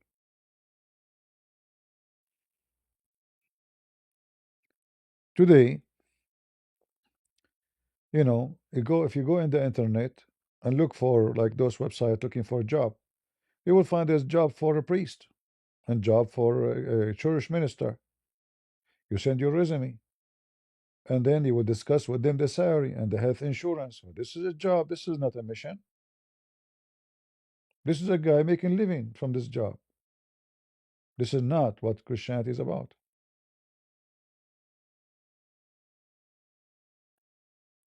Imagine that will make us the same as Muslims somehow. Like you have somebody die, we have to pay the priest, and then we go and we make donations for the priest to pray for the dead. Why is that? Why the priest will ask me for money to pray for the dead is dead, and the prayer now does not help him. If he was wicked, he was wicked. If he's believer, is a believer. Like if you pay money to the priest, we can move him now from hell to heaven. So if somebody is rich, Elon Musk, he don't believe in Jesus, and then he die, and then his family go to the priest and say, "We will give you $10 billion. Pray for him to go to heaven." He will go to heaven. God will forgive him. That will be funny, isn't it? So anything is out of the Bible teaching is not acceptable. And human always they seek their own interest and they will use God name to make you know their own, let us say, to accomplish their own interest, their private interest. This is why when Jesus says to them, "Depart away from me, I do not know you." Why? They were making even miracles in his name, wonders, but they were doing it for their own benefit. People will praise them, they will make money, etc. If you check, like once I was invited for a seminar. They said, "How much you charge?" I said, "Why I want to charge?" Said, "We don't understand why you charge. How much you charge for the seminar?" I said, "I don't charge for free." I said, "Really?" I said, "Yeah." It turned to be they never heard of before somebody come and do a seminar for free. They have to get paid. And what kind of hotel you like? I said, "Anything." When I was invited, uh, I think it was Tennessee. I forgot. The church, they told me the room, the card, the same card for the room. Like you can, yeah, you can call, or you can go use the card for the room to the restaurant in the hotel, and you can eat anything, you can drink anything. It's paid. Okay, we will pay the bill at the end. Anything in the fridge, you can order to the room. I did not eat anything in the hotel. I go to McDonald's, I eat and come back because this restaurant is very fancy. This hotel, very expensive. Which means if I order anything, is going to at least they will pay 50, $60 for a small meal. So I go to McDonald's, $5, $6. I'm fine. After I went back, they said we checked with the hotel. It was only the rent for the room. You did not order anything. Did you pay from your pocket? For like I said, I did not eat in the hotel. I go to McDonald's. They said, "Oh no, why you do that?" I said, "No, why I wanna? It's expensive there." And I know that. I mean, this is the money of the church. Why is going to spend on? I can spend $5 and it's fine. One of you invited me to Texas. I don't know if he's here, and you know him actually. He have his channel, and he debate Muslims in the street. He's from Pakistan. He's a Christian. He invited me to Texas. After the seminar day, for sure I refused to get paid. Uh, they took me to a lunch. I got upset because I saw this lunch is like nice restaurant. I mean, I did not eat. You can ask him. I was really hungry because I came at night from the airport. I went to the Airbnb. I slept. There's no food and it's empty, the apartment. I went in the morning. He picked me up. We went to the church. We attended the service, and then by noon time, I did the seminar. Very massive. After that, they took me for a lunch. The second I said, I saw that this is a fancy restaurant, I refused to eat. You can ask him. I did not eat. Even they asked me, okay, what about sweet? I refuse, even though I'm hungry, because I was upset. I saw sign of hypocrisy. They are collecting money from the church donation, and then this guy he take us to the restaurant to spend the donation there. And what is the excuse me? And there was like I don't know, like 12 people there. It's not like one, two. How much the bill will be? $1,000. So we make the Christian donate $1,000, and then we take it to have lunch.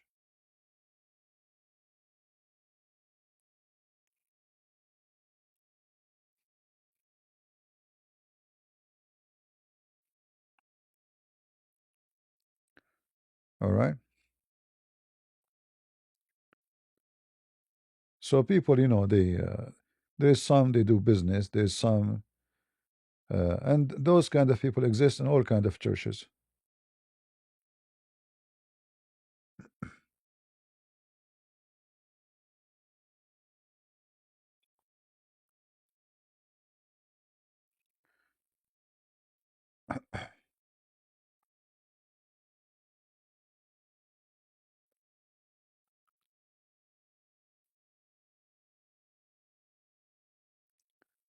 All right. I see some people arguing in the chat.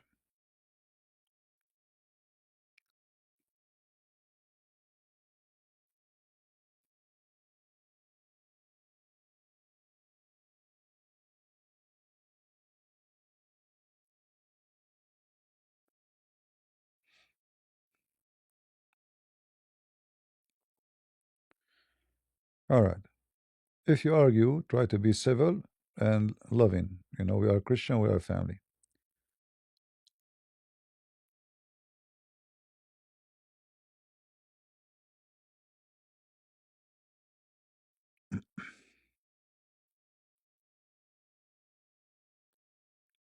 And remember, sometimes chat talk it can be like confusing because you don't know what the other person he meant to say. You are limited to the text you see.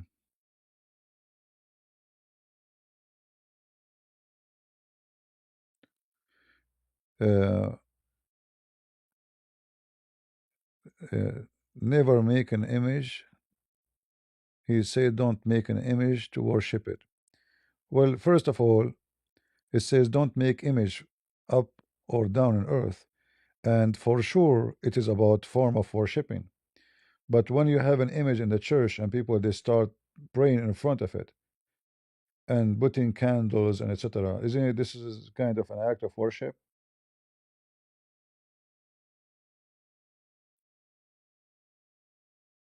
Bowing down, kissing them, and they are not even the real people.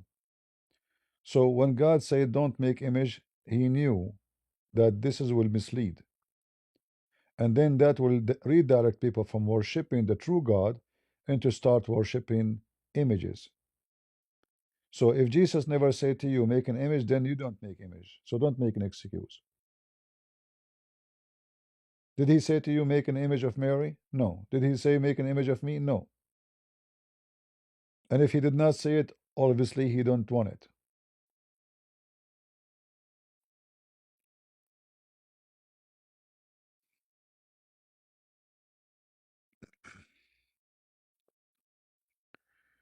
You can draw, no problem. But when you put and I'm not against drawing pictures for anyone you want, but when you put them in a place of worship,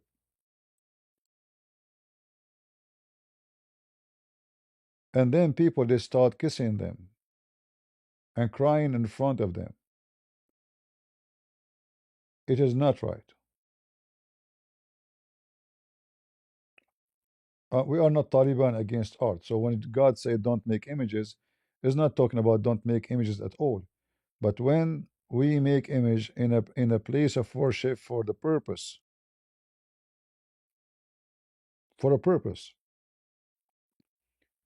So you make an image of Jesus and then you bow down to this image. Is that first Jesus? No. Secondly, did he say that to you? No. And are you trying to replace the true Jesus by a picture of Jesus? So all of those are not biblical. And I know people they would try just to justify it, but I confirm to you there's no way it's true. You don't even know how Jesus looked like.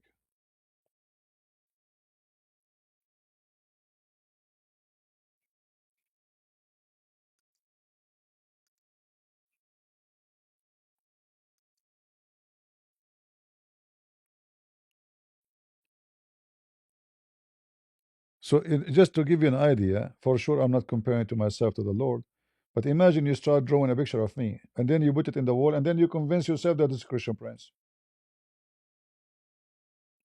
Don't you think this is silly?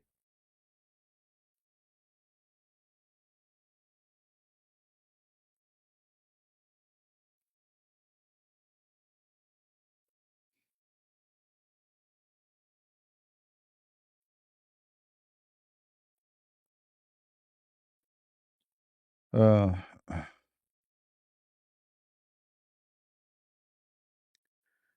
no, my friend.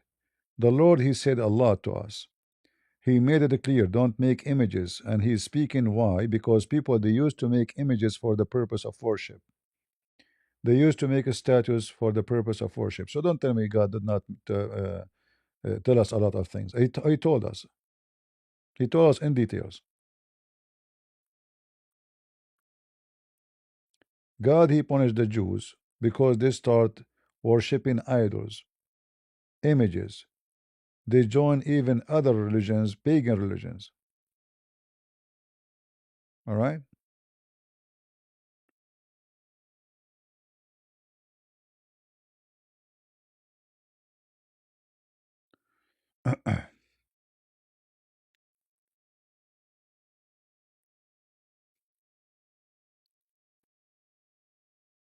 Yeah.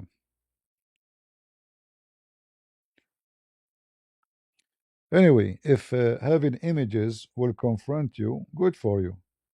But it doesn't confront me. God said, my Lord says, bless the one who believe and he did not see. Did he say that? plus the one who believed and he did not see.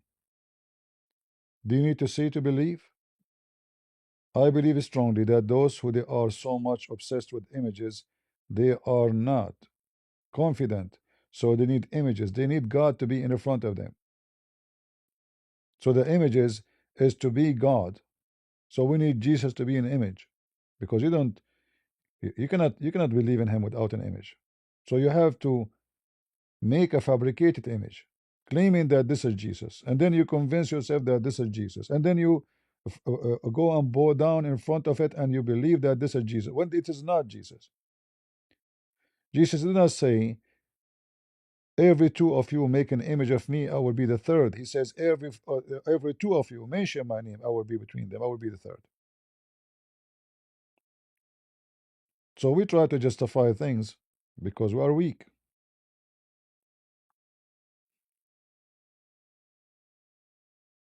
All right, it's our weakness, not our strength. When you are very strong and faithful, image is not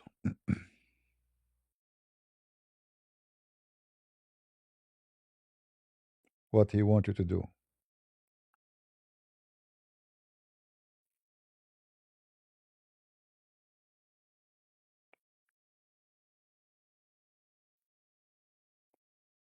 All right.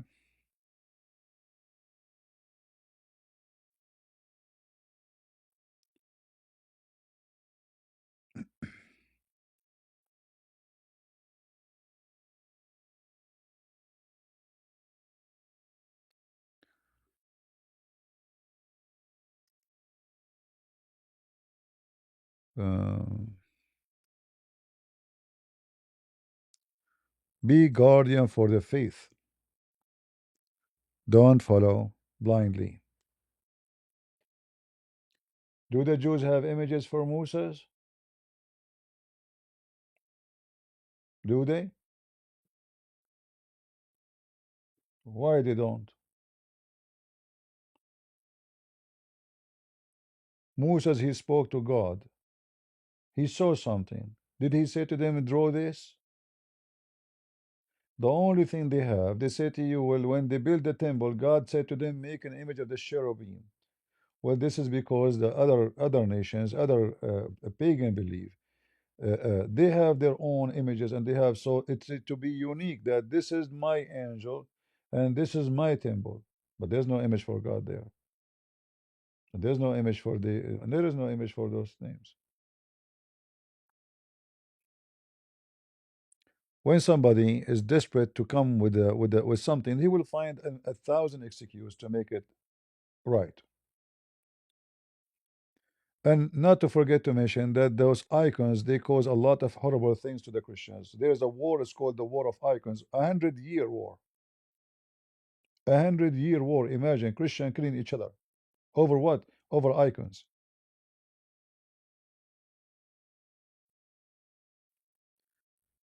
They did not bring us good.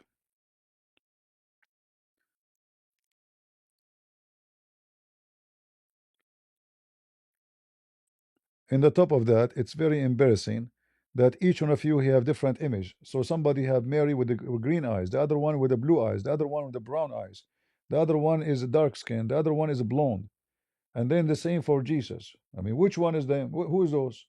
It's an embarrassing. Obviously, it's wrong.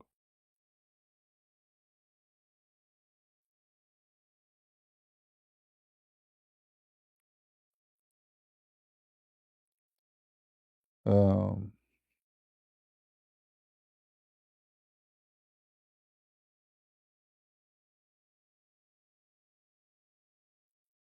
well, the Protestant, every church have something wrong and something right. So there's many things, good things in the Catholic Church, but there's many negative things. Same for the Orthodox, same in the Protestant. So you as a Christian, I advise you not to follow a church name, but follow the good of the church. So if a church have good fruit, take the good fruit, throw the bad ones. Anything is not biblical from any church, Protestant or it doesn't matter. You follow the Bible, you don't follow a church name. So when the Protestant, why their name is a Protestant? Because the church, the Catholic Church, was became very bad liability. Like now we see if you go to the website of the Vatican, sadly, and all the Catholic here agree with me, this is shame. They say that Muslims are Abrahamic. They believe in our God. That is a shame. We know that is true. Our God, the Bible says it clearly. Who's the Antichrist? Is the one who denied the Son and the Father. So what Abrahamic? How come we deny the Jews and we say they are wrong, and then in the front of the Muslim we say suddenly we are a friend to them and we are Abrahamic? No, they are not. And the Bible described them the same as you say to the Jew that the one who denied the Son and denied the Father is an Antichrist. Why don't you say that to the Muslims? It's a shame. So you need to check out. Those are church leaders. They don't present the church. There's many leaders are corrupt, fake, money businessmen, and they are exist in every church, Protestant, Orthodox, Catholic, doesn't matter. From their fruit you shall know them. So here there's many Catholic, they spit at whoever said that. They are so angry from saying that. They don't like it, and they are Catholic. So they are rejecting those leaders. Same from the Protestant. I can show you many videos made by a Protestant defending Islam. A bunch of scumbag. But the Protestant don't believe in that. So I'm not going to judge someone who's a Protestant because a scumbag, he said what he said, he's a liar. We have Judah everywhere. Jesus have Judah too.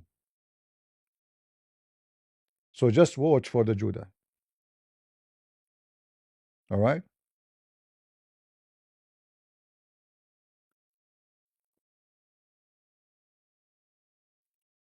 Just to check out and watch out for the Judah. It's not a name. Check the fruits. So a church feed the people, a church help people, a church is serving people, a church bringing people to Christ, a church have missionary, a church doing great work, a church teaching the Father, the Son, the Holy Spirit. Those are Christians. And then a church says to me, Muhammad is a prophet. They are not Christians.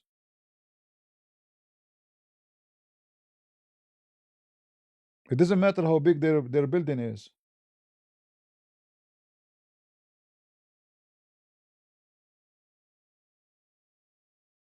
All right?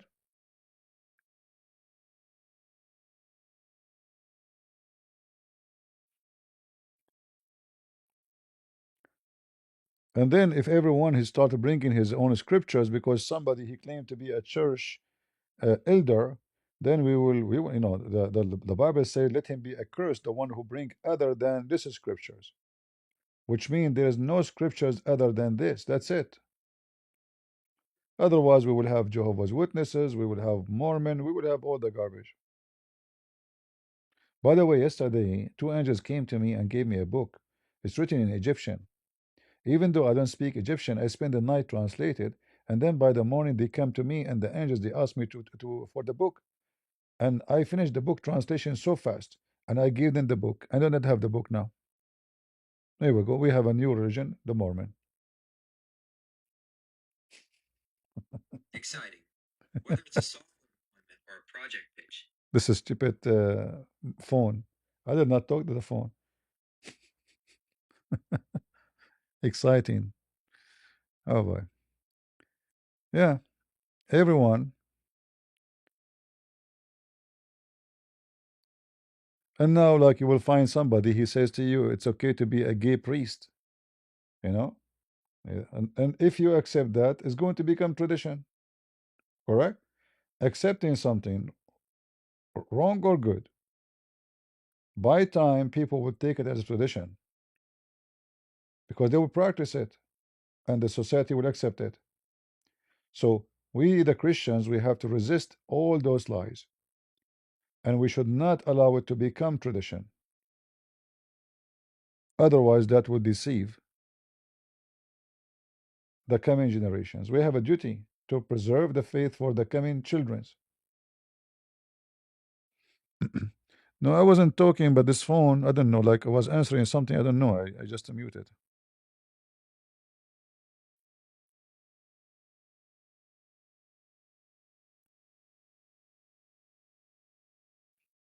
The funny when I ask it the question, it doesn't respond.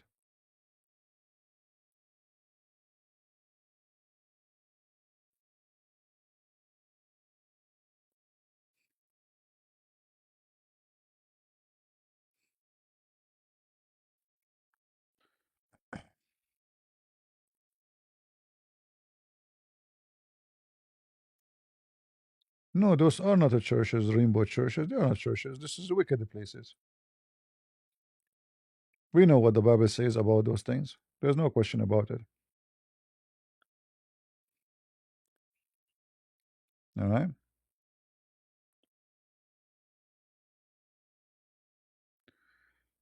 Do you know how to debate Hindus? We have some videos about Hindus. You can watch them.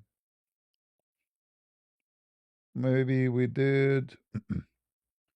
Go back to my videos in October. You will find some of my videos debating Hindus.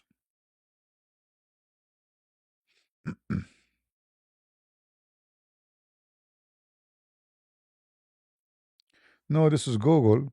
I wasn't asking anything, but I don't know why it's wake up and start talking. Obviously, the phone spy on you. You know, they are the software listening all the time. Otherwise, why it wake up by itself and start talking?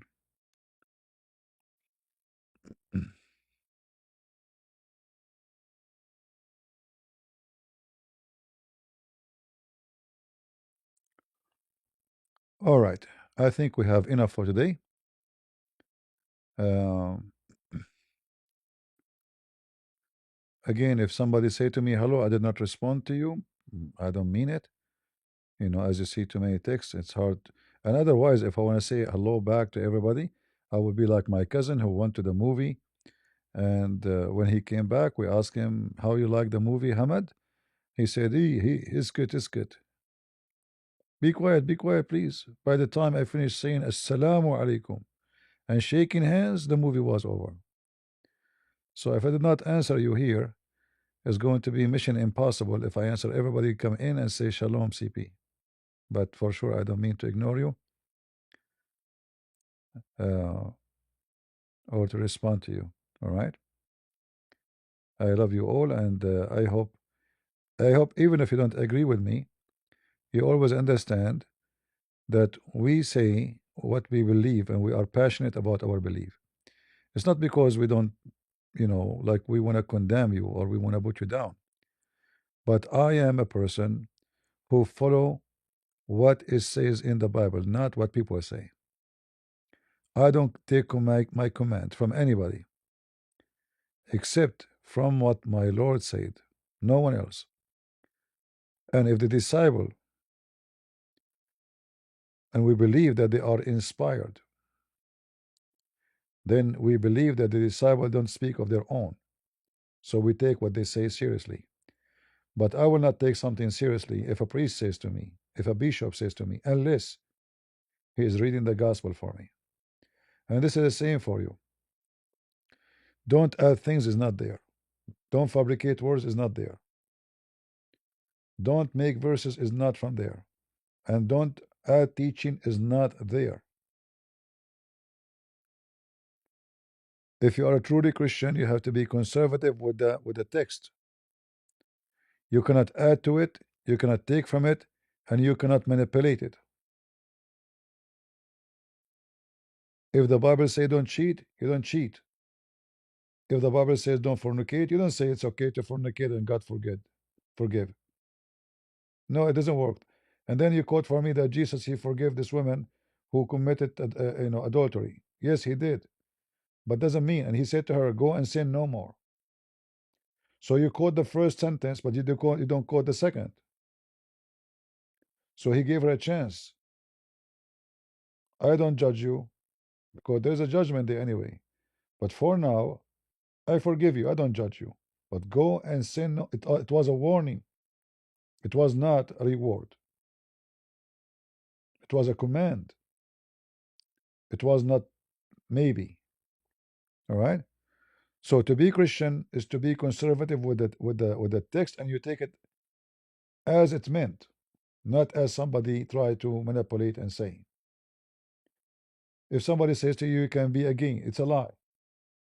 It is totally against the command of. We know what God He did to cities because of that. So it's obvious. It's not to take lightly. So don't listen to people. People will justify all kind of evil. I can rape a woman and then I say, well, I was tempted. Here we go. I have excuse. And then I can say, God will forgive me. Here we go. I have even better excuse. And this way I am a Muslim. Because the Muslim, they believe they can kiss the black stone, all their sin is gone. Is that what Jesus taught you? No. He said, from their fruit you shall know them. And your fruit should be biblical. For you are a believer. A Bible tree will give Bible fruit. A wicked tree will give wicked fruit. So it's not up to you, it's not up to me. You don't like to be Christian, go be an atheist. Sleep around. Nobody's forcing you. All right? You like to sleep around with women, don't get married. Don't hurt women and hurt her feeling and destroy her life. Go cheat, go. Be wicked. Nobody's asking you to be, don't, you know. But if you are a believer, then a believer, he do what a believer do. You don't cheat, you don't lie, you don't kill, you don't harm, you don't steal, you don't take drugs, you don't go drunk. Even drinking is a problem. If somebody told you you can drink as much you want, the Bible says it clearly. Little of it will bless your heart. Not a bottle of it. Not to go to bars and nightclub. And then you end somebody shooting you or raping you. And then you complain somebody raped me. A woman, she go to nightclub, she stay until 3, 4 a.m. in the morning and she go out drunk. And then she complains somebody raped her. It's your stupidity. I will not go now. I'm a man. I will not go now outside. I will not. Who's going to be outside now? Is that correct?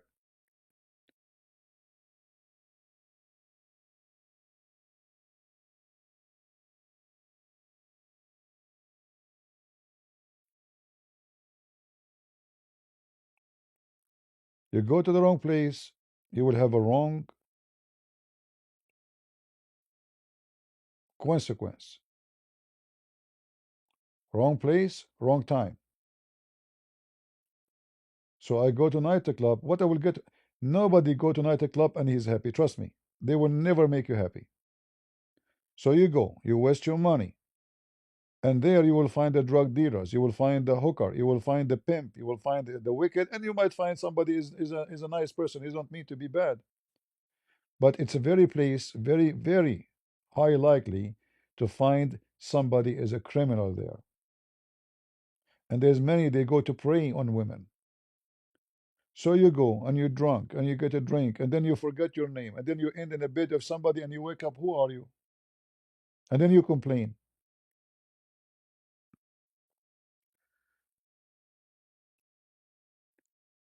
A woman should not stay late outside. A man should not stay late outside. And if you are married, you don't forbid your wife from going late out at night, and you yourself you go out late at night. It should be a rule for both of you.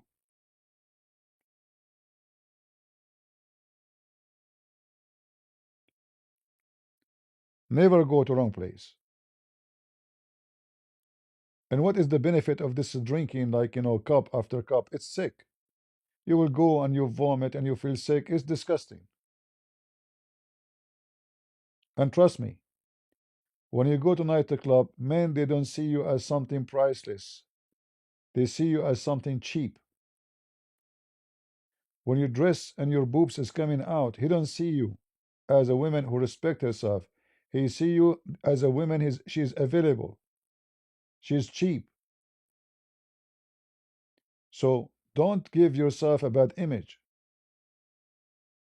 You dress like a lady. You walk like a lady. You act like a lady. You talk like a lady. Then you are a lady. Same for the man.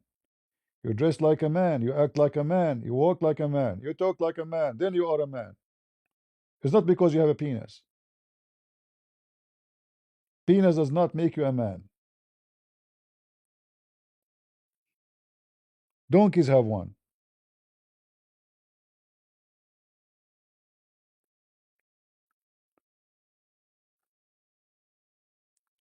So you have to be conservative in your behavior, otherwise you will end in the wrong place.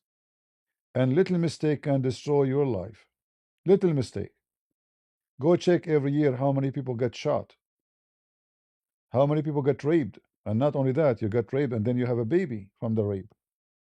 Why you want to do that yourself? A woman, she go to somewhere and she's missing. 20 years after that, they found her dead in the river. Somebody kidnap her, rape her, throw her somewhere. Why you want to do that yourself? It's the fault of who? It's your fault. A criminal is a criminal. He's waiting for a prey. A wolf is waiting for a prey. The sheep is safe when she is with the group. The sheep is at risk when she is alone. So you stay with the group, and the group is the church. The group is the Christian family. Behave so you can be living as a human being. Don't live like an animal, otherwise you will end like one. I don't go out. If I am in a foreign country, like when I was in Korea, I go out at night. Korea is very safe, by the way. But the second I start seeing people are drunk in the street, I go back right away. Once in Korea, I saw two guys are fighting.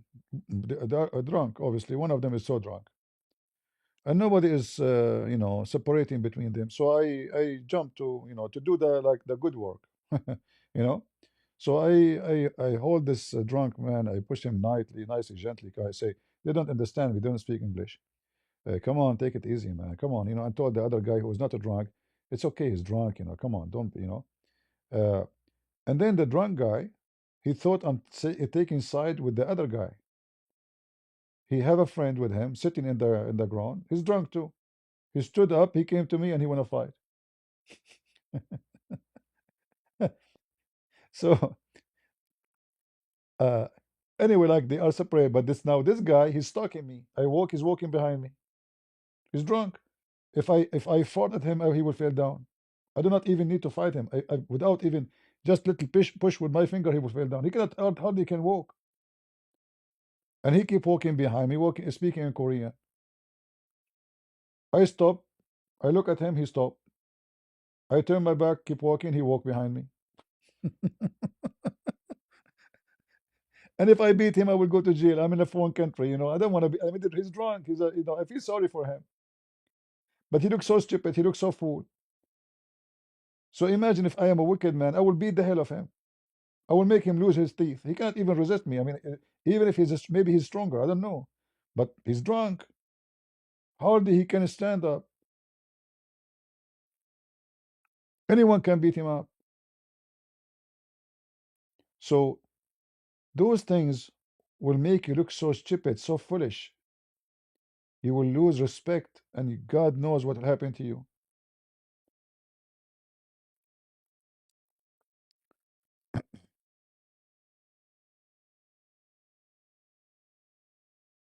Uh, the human being, he don't know. He have no idea how to enjoy his life. So he think, if I drink, if I if I do all this garbage, I will be more happy. And then the more you do those stuff, the more you notice that you are unhappy, very unhappy.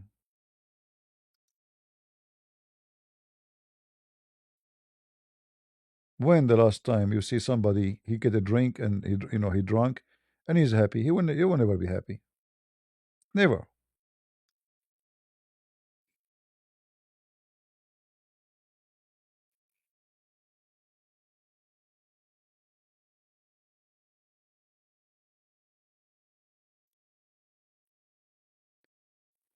All right.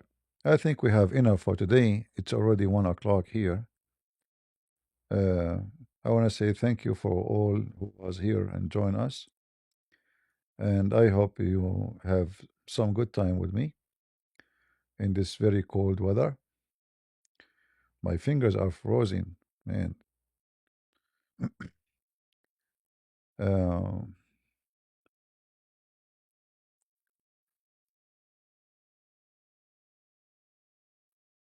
every country have bad and good. In Korea, there's bad people, there's good people everywhere.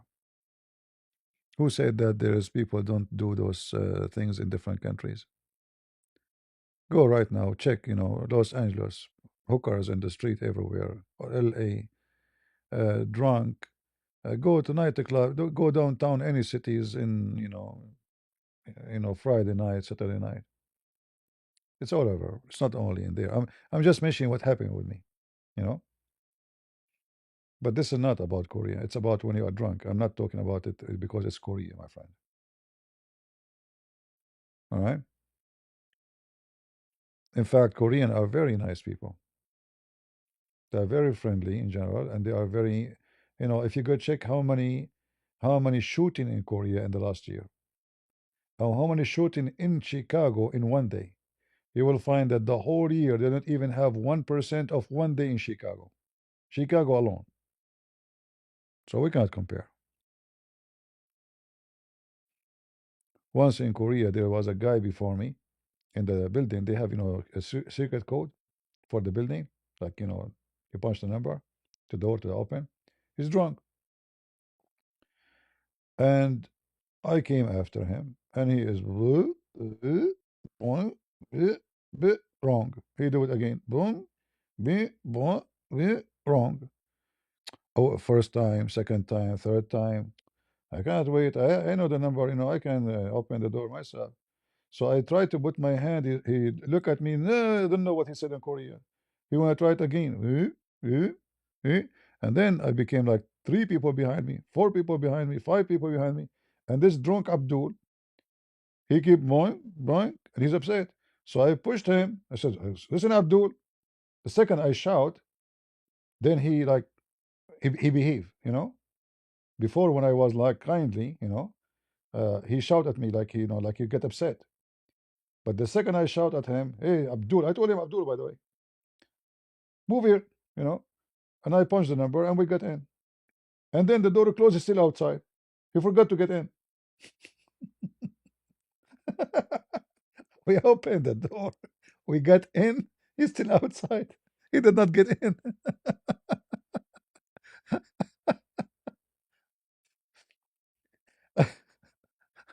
What I will say, this is how stupid you look when you are drunk. Don't do that to yourself. People will laugh at you. Not to mention criminals, they can rob you, they can steal your money, they can beat you, they can kill you. Just don't be stupid, It's just an act of stupidity. You are literally Abdul. Abdul is drunk with camel urine, you are drunk with other things. So don't do that. Anyway, thank you all for being here. May the Lord bless you. And thank you all for your support and for those who come here always and join us. And I hope we share something good together today and tomorrow, and we will enjoy the love of our Lord for now and forever. Amen. Thank you. God bless you. God is good. So is Jesus. And we are the crusade. See ya. Bye bye.